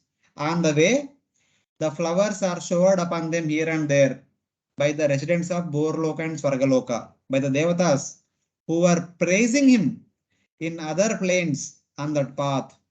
Dhruva saw the many planets one after the other. As he was going towards Dhruva Loka, the abode of Lord Vishnu, he saw many abodes, the abode of Yakshas, Kinnaras, Kimpurushas, Gandharvas, Apsaras, Sadhyas, Pitrus, the different abodes of Devatas, abode of Indra, Chandra, Varuna, Vayu, Saptarushi Mandal, and then he went to the abode of Lord Vishnu. That is Dhruva Loka, the pole star. So like that, slowly, gradually, he went up. He and both Suniti went up. So in this purport, again, Prabhupada writes the glories of Suniti. In the second paragraph, Prabhupada says that it should be noted also that while Suniti was going to Vaikuntha Loka, she also changed her body into spiritual form. Like Sri Suniti, every mother should train her child to become a devotee like Dhruva Maharaj. Suniti instructed her son, even at the age of 5 years, to be unattached to worldly affairs and to go to the forest to search out the Supreme Lord. She never desired that her son remain at home uncomfortably without ever undertaking austerities and penances to achieve the favor of the Supreme Personality of Godhead. Every mother like Suniti must take care of her son and train him to become a brahmachari from the age of 5 years and to undergo austerities and penances for spiritual realization. The benefit will be that if her son becomes a strong devotee like Dhruva, certainly not only will he be transferred back to Godhead, but she will also be transferred with him to the spiritual world, even though she may be unable to undergo austerities and penances in executing devotional service. So like that. So that is the responsibility of not only mothers, that is the responsibility of the fathers also. That is the responsibility of spiritual masters also. It is everyone's responsibility, not only mother's responsibility. Huh? Biggest responsibility of the designer. Trilokim devayanena soti vrajyamunin api parastadya druvagatir Vishnoho padamatyaga atabhyagad. Dhruva Maharaj then surpassed the 7 planetary systems of the great sages who are known as Saptarshi. Beyond that region, he achieved the transcendental situation of permanent life in the planet where Lord Vishnu lives. So here it is said that flying beyond the 3 worlds, that means Bhuloka, Borloka, Svargaloka, Dhruva, 3 worlds, he whose abode is Dhruvaloka, arrived at the Lord's abode beyond the 7 sages. Passing through Bhuloka, Borloka, Svargaloka and passing through Saptarushi Mandal, Dhruva Maharaj then came to the abode of Lord Vishnu, which eventually became known as Dhruva Loka, the abode of Dhruva Maharaj. He arrived at the abode of Lord Vishnu beyond the abode of 7 sages, Saptarushi Mandal. Dhruva is described as having the fixed goal, having Dhruvaloka as his abode. The Dhruvaloka was given to Dhruva Maharaj where he will stay for the entire day of Brahma. For the whole day of Brahma, he is going to stay there. So it is like given to him. Dhruvaloka is situated above the sun and other planets, but below Maharloka, Janaloka, Tapaloka, Satyaloka. So this is explained in the 5th canto, chapter 23 and verse number 9 for more details. So where it is said that, so in that chapter, it is said that 1.3 million yojanas above the abode of 7 sages is the place that learned scholars describe as the abode of Lord Vishnu. There the son of Maharaj Uttanapada, the great devotee Maharaj Dhruva, remains until the end of the current Kalpa, current day of Brahma, around whom, around Dhruvaloka, Agni, Indra, Prajapati, Kashyapa and Dharma rotate with great respect. All these personalities keep rotating around Dhruvaloka. So that is what is indicated. This is the location of the Dhruvaloka is indicated. It is just above Saptarishi Mandal.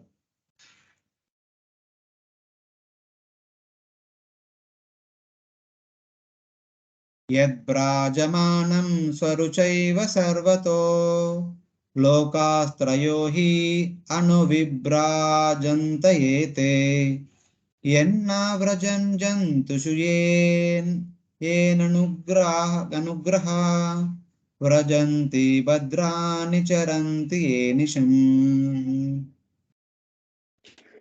The self-effulgent Vaikuntha planets, by those illumination alone, all the illuminating planets within this material world give off reflected life, cannot be reached by those who are not merciful to other living entities.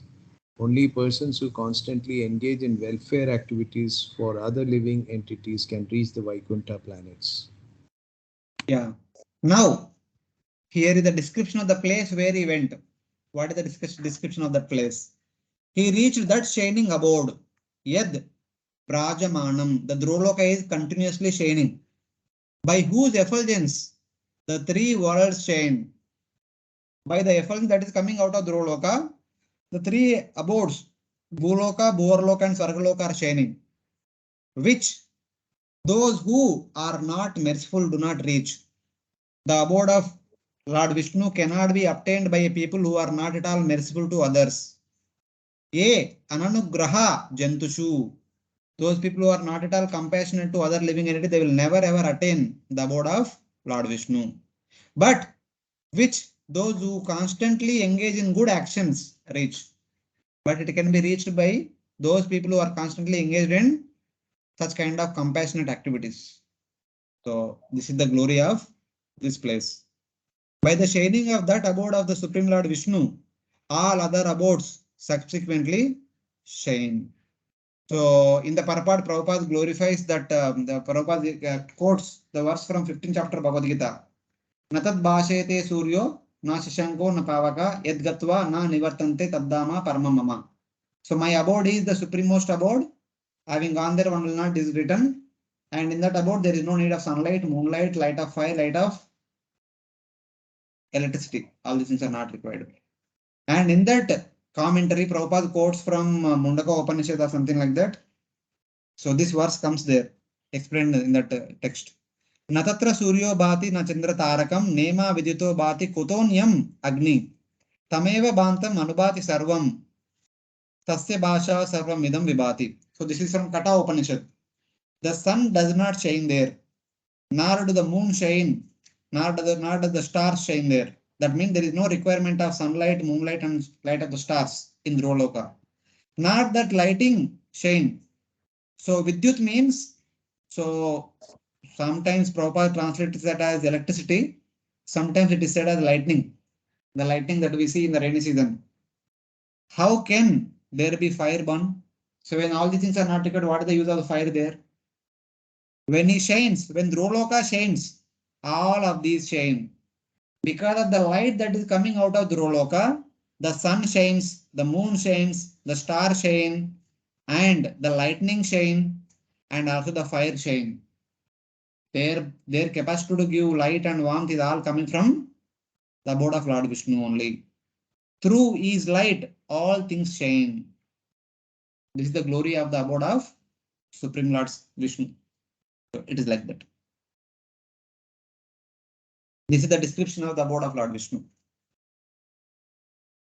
Santa Samadrisha Shuddha. Of course, one point.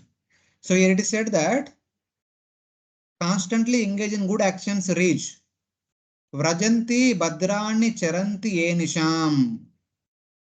Those people who perform Bhadrani Charanti, those people who follow through auspicious, like performing all auspicious activities, they are only qualified to enter into spiritual world. Now the question is that what kind of activities I should perform in order to go to that spiritual abode? A brief glimpse of those auspicious activities mentioned in the next verse. Shanta, Samadrusha, Shuddha, Sarvabhutanu Ranjana, Yanti, Yanti Anjasa Chutapadam, Achyuta Priyabhandava. Persons who are peaceful, equipoised, cleansed, and purified, and who know the art of pleasing all other living entities, keep friendship only with devotees of the Lord. They alone can very easily achieve the perfection of going back home, back to Godhead. Who can go back home back to Godhead? Like in the 15th chapter only, the one verse before this, Natat Bhashite Suryo. What was that verse? 15:5.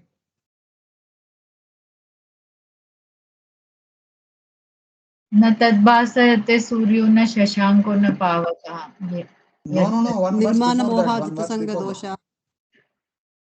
that. Full verse. Nirmana moha jitasanga dosha. Adhyat, I don't remember. Nirmana moha jitsanga dosha adhyatma nitya vinivritta kama Vinivritta dvandvai rimukta sukadukka samner gacchantyamuda padamaveyam tat. One who follow all these wonderful activities, Charanti Bhadrani, Gachanti Amuda, only those people will go to Padam Aveyam Tat. They will go to Tat Padam, which is Aveya, which is eternal, which is inexhaustible. Same thing is repeated here. Shanta Samadrusha, the friends of the Lord, Achyuta Priya Bandhava, the devotees of the Supreme Lord, those who are completely peaceful, Shanta, those who see all things equally, Samadrusha, Samalostasma Kanchana, those who are pure at heart, Shuddha, and who are pleasing to all beings, Sarva Bhuta Anuranjana. They not only love others, everyone in this world love them. That is very difficult. One can have love and respect towards everyone, but receiving the love and respect from everyone is very difficult thing. And one who is in that position easily goes to the abode of Lord Vishnu. They will go to the abode of Lord Vishnu. Yanti Anjasa, very easily they will go where? Achyuta Padam, the abode of Lord Achyuta. So it is like that. Only those people who have these qualities will go to the abode of Lord Vishnu very easily. Later in the 4th canto, Narada Muni also tells one nice instruction. Who will go to spiritual world? Daya Sarvabhuteshu Santushta Yenakenava Sarvendriyopashamtya cha Tushyati Ashu Janardana. What is the formula to please Lord Vishnu very easily? Daya Sarvabhuteshu, showing compassion to all the living entities and being satisfied with whatever one has according to one's destiny. Santushta Yenakenava and Sarvendriyopashamtya cha, keeping the senses under control, complete control. See, keeping all the 11 senses under complete control. Tushyati Ashu Janardana, they can please Lord Vishnu, Lord Janardana very quickly. So that is the instruction by Narada Muni. So here we can see those who practice all these things, they can easily please, they can the Supreme Lord. So like that. Iti Uttana Pada Putro Dhruva Krishna Parayana Abhut Trayanam Lokanam Chuda Manir Ivamala. Please read. In this way, the In fully this Krishna way- conscious Guru Maharaj, the exalted son of Maharaj Uttam attained the summit of the 3 statuses of planetary systems. Yeah. Thus, the pure Dhruva, who is the son of Uttanapada, who was completely surrendered unto Sri Krishna, Krishna Parayana, was the crest jewel of the 3 planetary systems. So, having gone to Dhruvaloka, he was glorified as the Chudamani, the crest jewel of the 3 planetary systems. His abode is situated on the peak of the Swargaloka, just above Swargaloka. And He is being worshipped by all the people in the Bhuloka, Bhurloka and Swargaloka. Everyone is continuing to worship him. So that is the greatness of Dhruva Maharaj. Gambhira Vego Nimisham Jyotisham Chakramahitam Yasmin Brahmanti Kauravya Medyam Ivagavam Ganam. Saint Maitreya continued, My dear Vidura, descendant of Kuru, as a herd of bulls circumambulates a central pole on their right side, all the luminaries within the universal sky unceasingly circumambulate the abode of Dhruva Maharaj with great force and speed. How is he respected by all the three planetary systems? A brief explanation is given here. O Vidura, around Dhruva Maharaj, the zodiac belt, that means the Kala Chakra, are the 12 Rashis, the zodiac consisting of 12 Rashis, also along with the Navagrahas and 27 Nakshatras and also unlimited number of Tarakas, circle incessantly like a herd of bulls going around a central pillar with great speed. Every day they complete one round. Their circumference is very huge. So they run very fast to complete one round within 24 hours. This is the respect all the luminaries that are there in the outer space, Bhurloka and Swargaloka, showing towards Dhruvaloka, the abode of Lord Vishnu. So it is like that. The star, this abode, Dhruvaloka, established by the Lord, which is the pivot of all the luminaries, planets and constellations, which are made to rotate constantly around it like the bulls tied to a central pole by the inconceivable force of the Lord's time energy, shines constantly. The Dhruvaloka continuously shines brightly, around which the 12 Rashis, 27 Nakshatras, Navagrahas and unlimited Tarakas continuously revolve, making pradakshina around him, because since it is the abode of the Supreme Lord and also abode of Supreme Lord's dearmost devotee Dhruva. That is the understanding.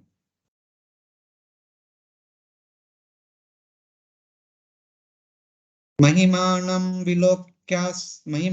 vilokyasya Narado Bhagavan Rishi Atodayam Vitudan Shlokam Satre Gayat Prachetasam.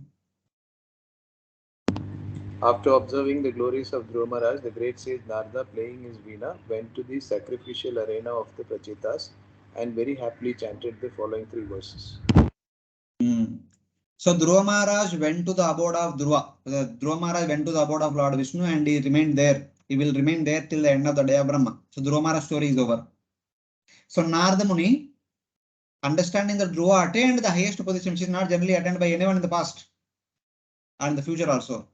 He is singing the glories of Dhruva Maharaj far and wide. Wherever he traveled, he was glorifying Dhruva Maharaj.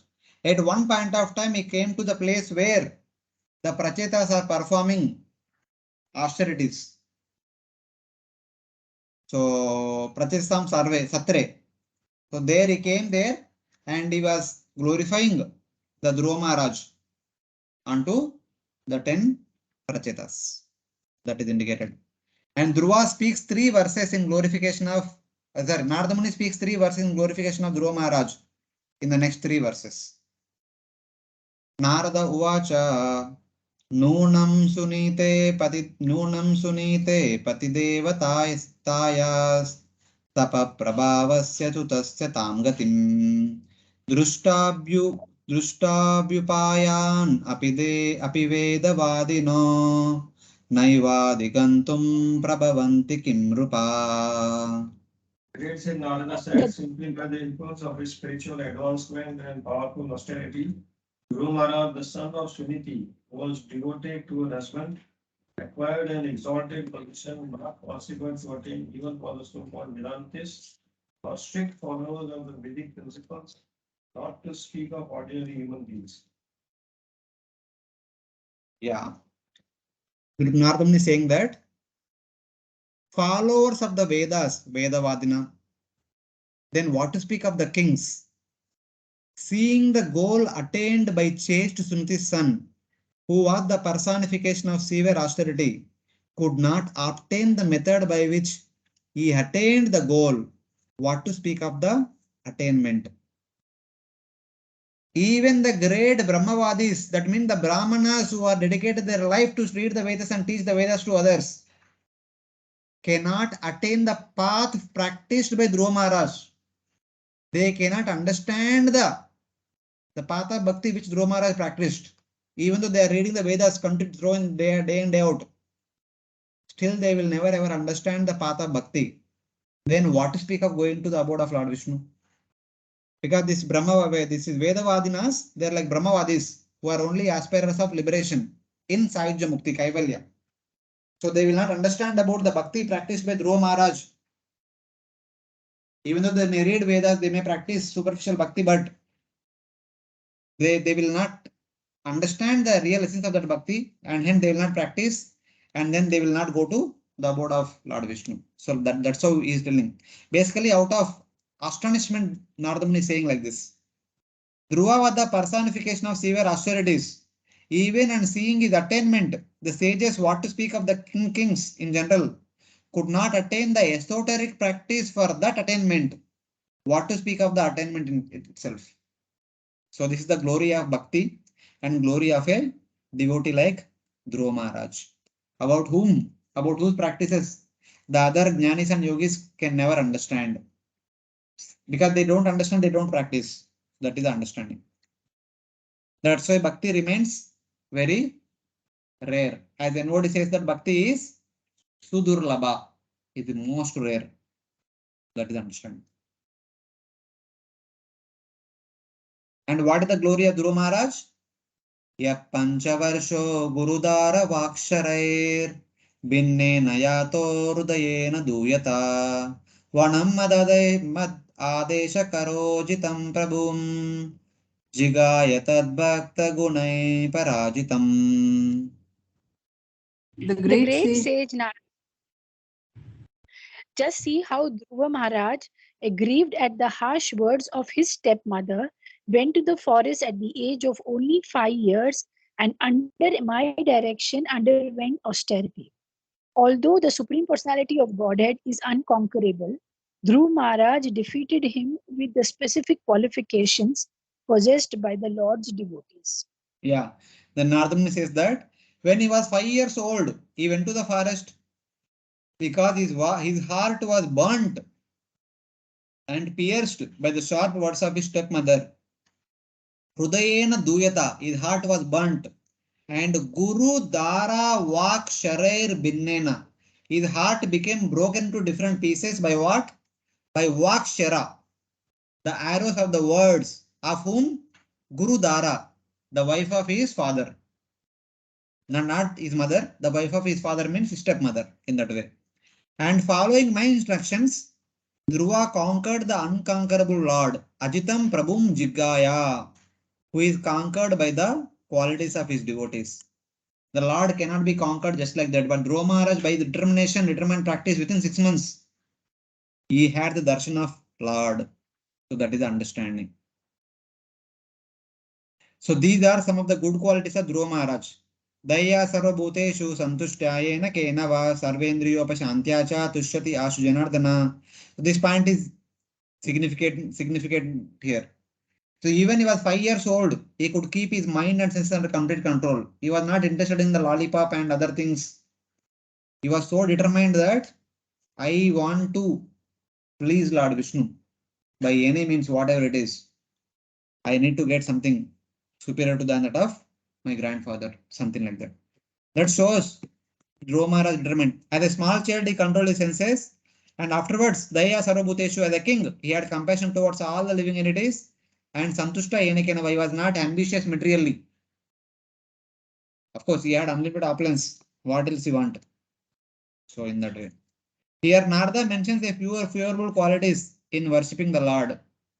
So this is the verse spoken by Narada Muni to the Prachetas later on in the 31st chapter.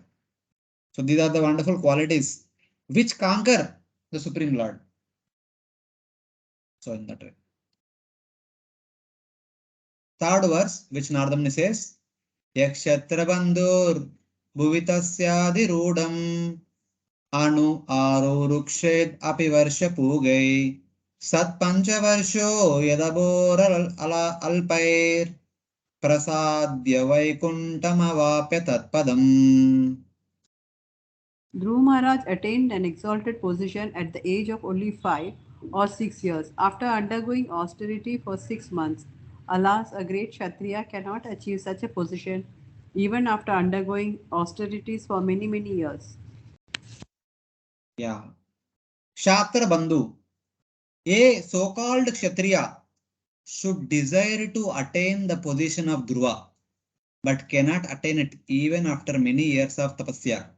Because Dhruva Maharaj, when only 5 or 6 years old, after only a few days, that is only within 6 months, pleased the Supreme Lord, and that time only he attained the abode of Lord Vishnu.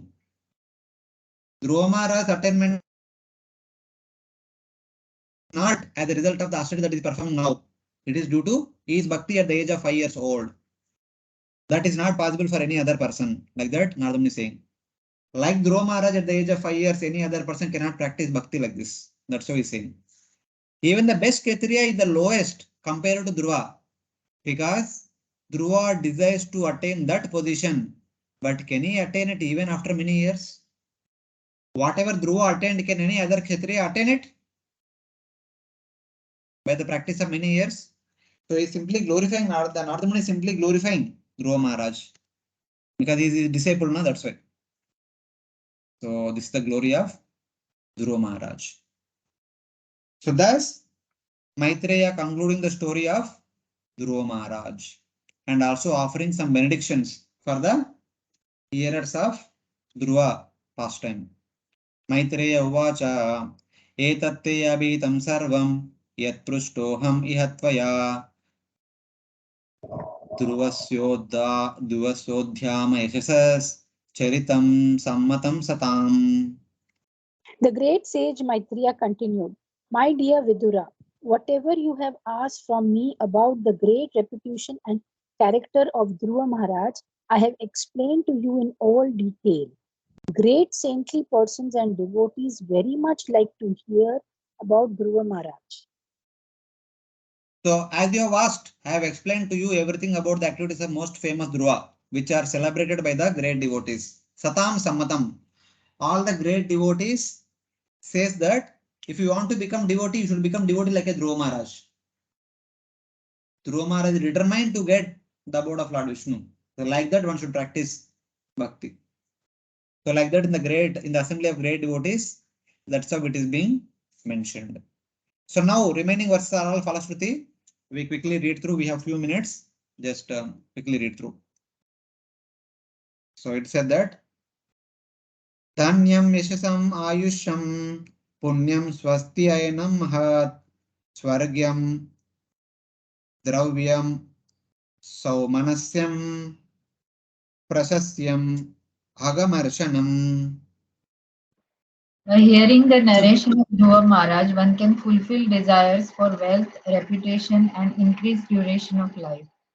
It is so auspicious that one can go to a heavenly planet or attain Dhruva Loka, which was achieved by Dhruva Maharaj just by hearing about him.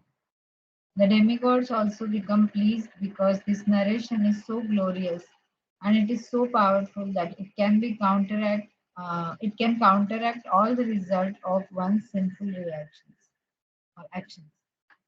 Shrutvaita Shraddhaya Achyuta Priya Cheshtitam Bhaved Bhaktir Bhagavati Yaya Syat Klesha Sanshaya.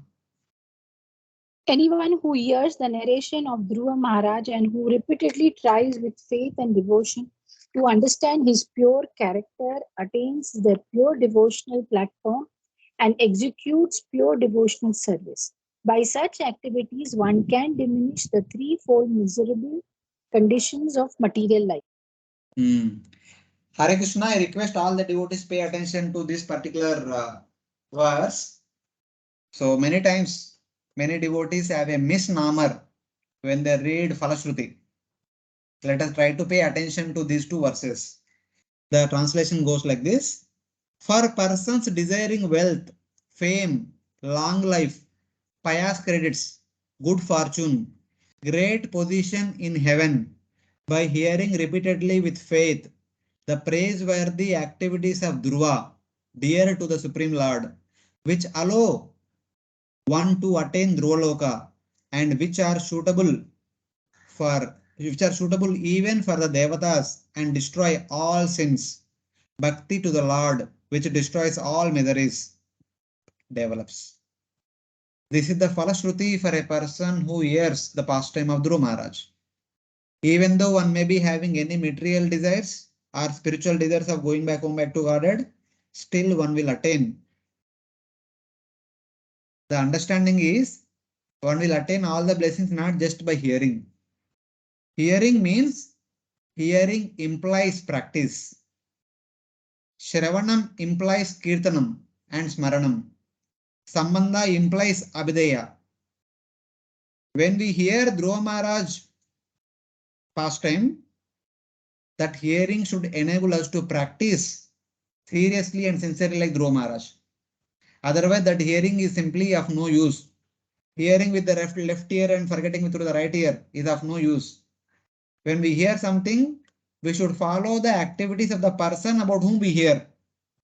Then, just like Dhruva Maharaj practiced a particular path in order to fulfill his desire, even we also, by following the same path that Dhruva Maharaj followed, we can also fulfill our desires. If at all we have a desire to get the wealth, fame, long life, going to heaven, good fortune, or all the way going to Dhruvaloka or Vaikunta, all these things can be possible when we hear it attentively and follow in the footsteps of Dhruva Maharaj.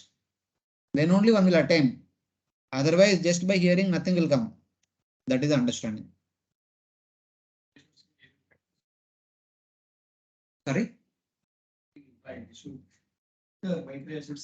Practice. Whenever you practice, then you should get it. You cannot practice unless you hear it.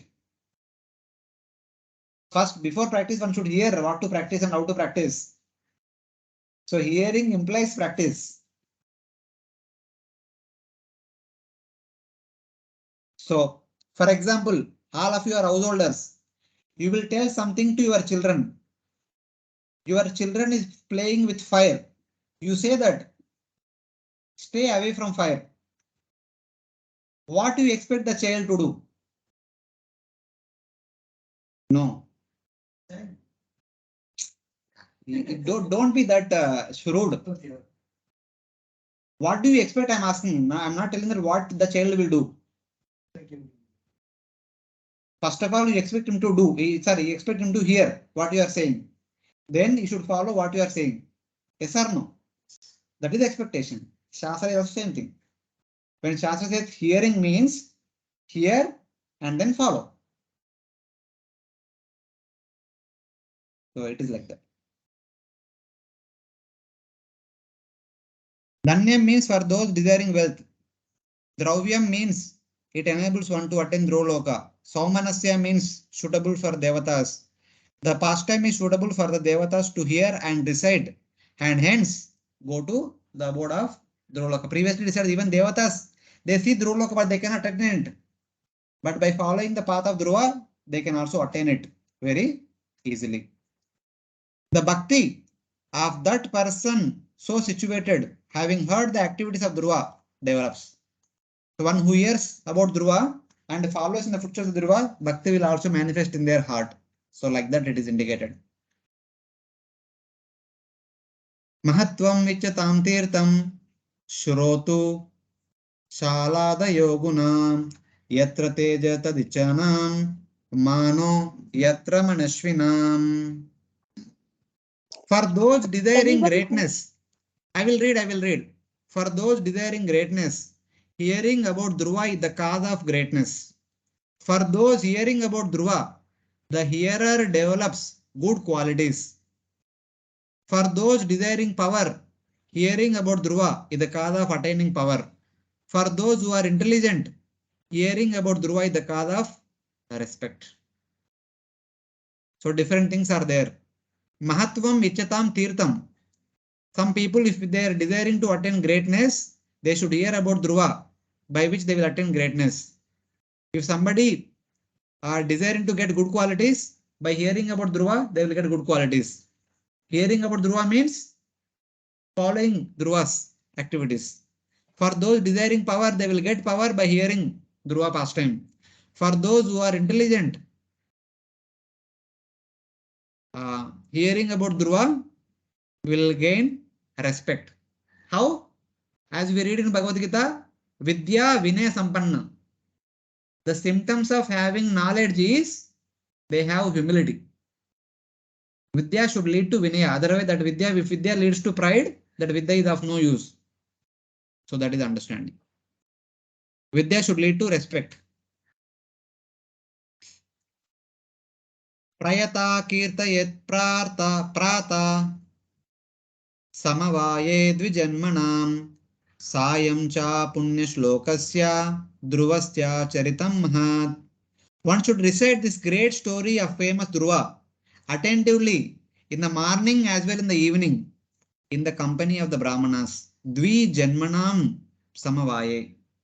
Or for us, we should continuously hear the pastimes of Dhruva Maharaj in the morning and in the evening in the company of devotees. Who is the example of this verse? Anyone remember any example of this one? Hearing and discussing Dhruva Maharaj pastime. Chaitanya Mahaprabhu used to discuss with Gadadhar Pandit in Chota Gopinath in Jagannath Puri. Yeah, every day they would discuss the pastimes of Dhruva and the pastimes of Prahlad. That is the glory of Dhruva Maharaj. Then, every day in the morning and evening, if somebody cannot do that, for them there is some allowance is given.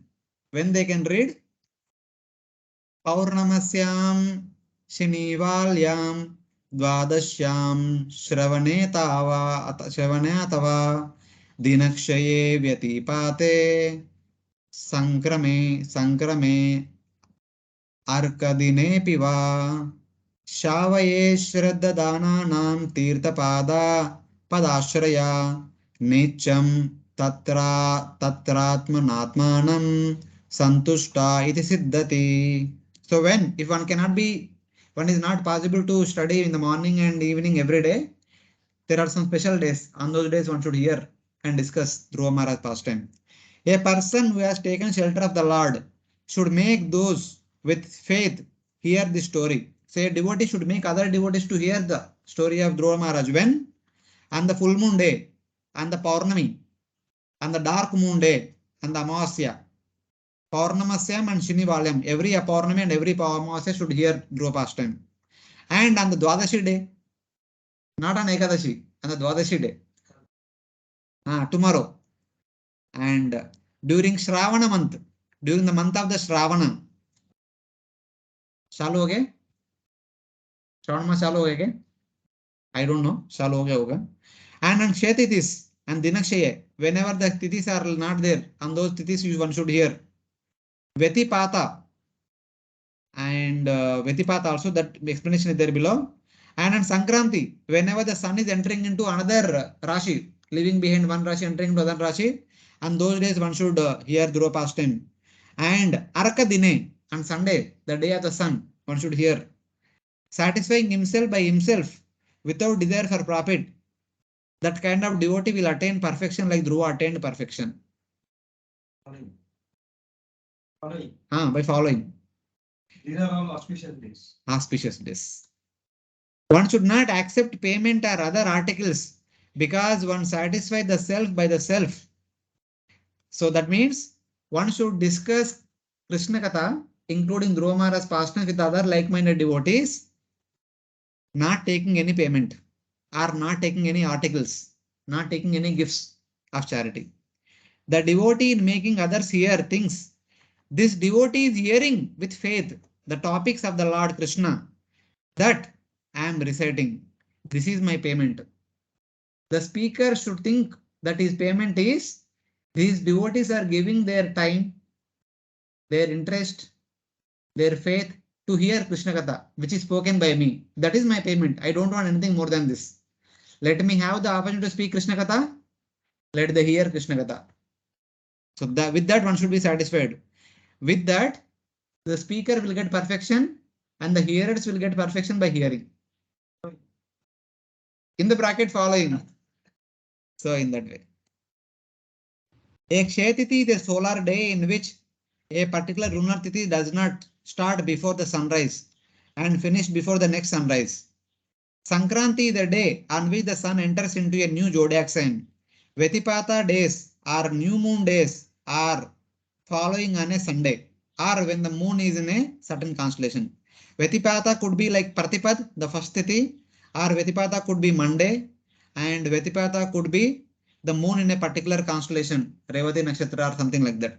So these are various days.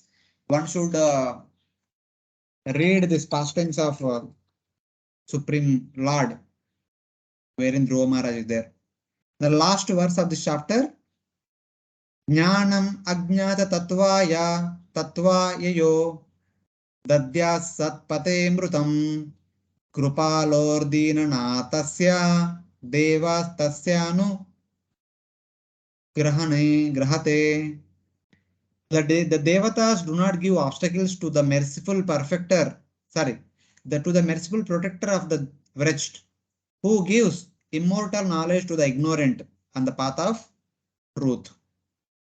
If making people hear the knowledge which gives them liberation gives such a great result, making people hear about Dhruva will certainly give a greater result. Basically, if a devotee engages other devotees in hearing Krishna Katha, especially the Dhruva Maharaj's pastime, that kind of devotee will not be affected by Navagrahas. And without being affected by the Devatas, who are the in charges of Navagrahas, these devotees who make others to hear Krishna Katha, who make others to follow Bhakti, will easily attain the same place which is attained by Dhruva Maharaj. So that is the highest benediction that is given by Maitreya following this pastime. Of course, sorry, 52nd verse is there. Idam maya te abitam kurudvaha Dhruvasya vikyata vishuddha karmana Hitvarbakam kridanakantim matur Graham cha Vishnum Shravanam yo jagama. Sharanam yo jagama.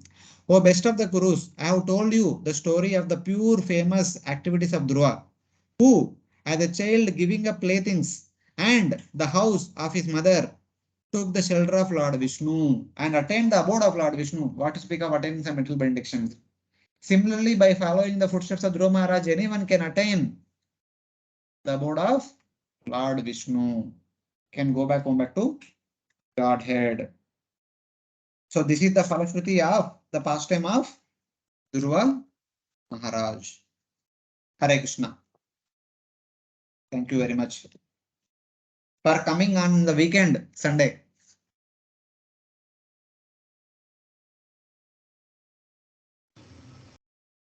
Hare Krishna, Prabhuji. Hare Krishna. Thank you very much for joining today. Thank you. Thank you. Prabhuji. Thank you very much, Prabhuji. Dandot Hare Pranam. Hare Krishna. Krishna. निरंतरा Dandot, Shrimad thank you, Bhagavatam Prabhuji. की जय, श्रील प्रभुपाद की जय, जय। अनंत कोटि वैष्णव भक्तवृंद की जय। जय. Ah, Jai. Thank you. Dandot pranam. thank you, Hare Prabhuji. Krishna. Thank you very much. Hare Krishna.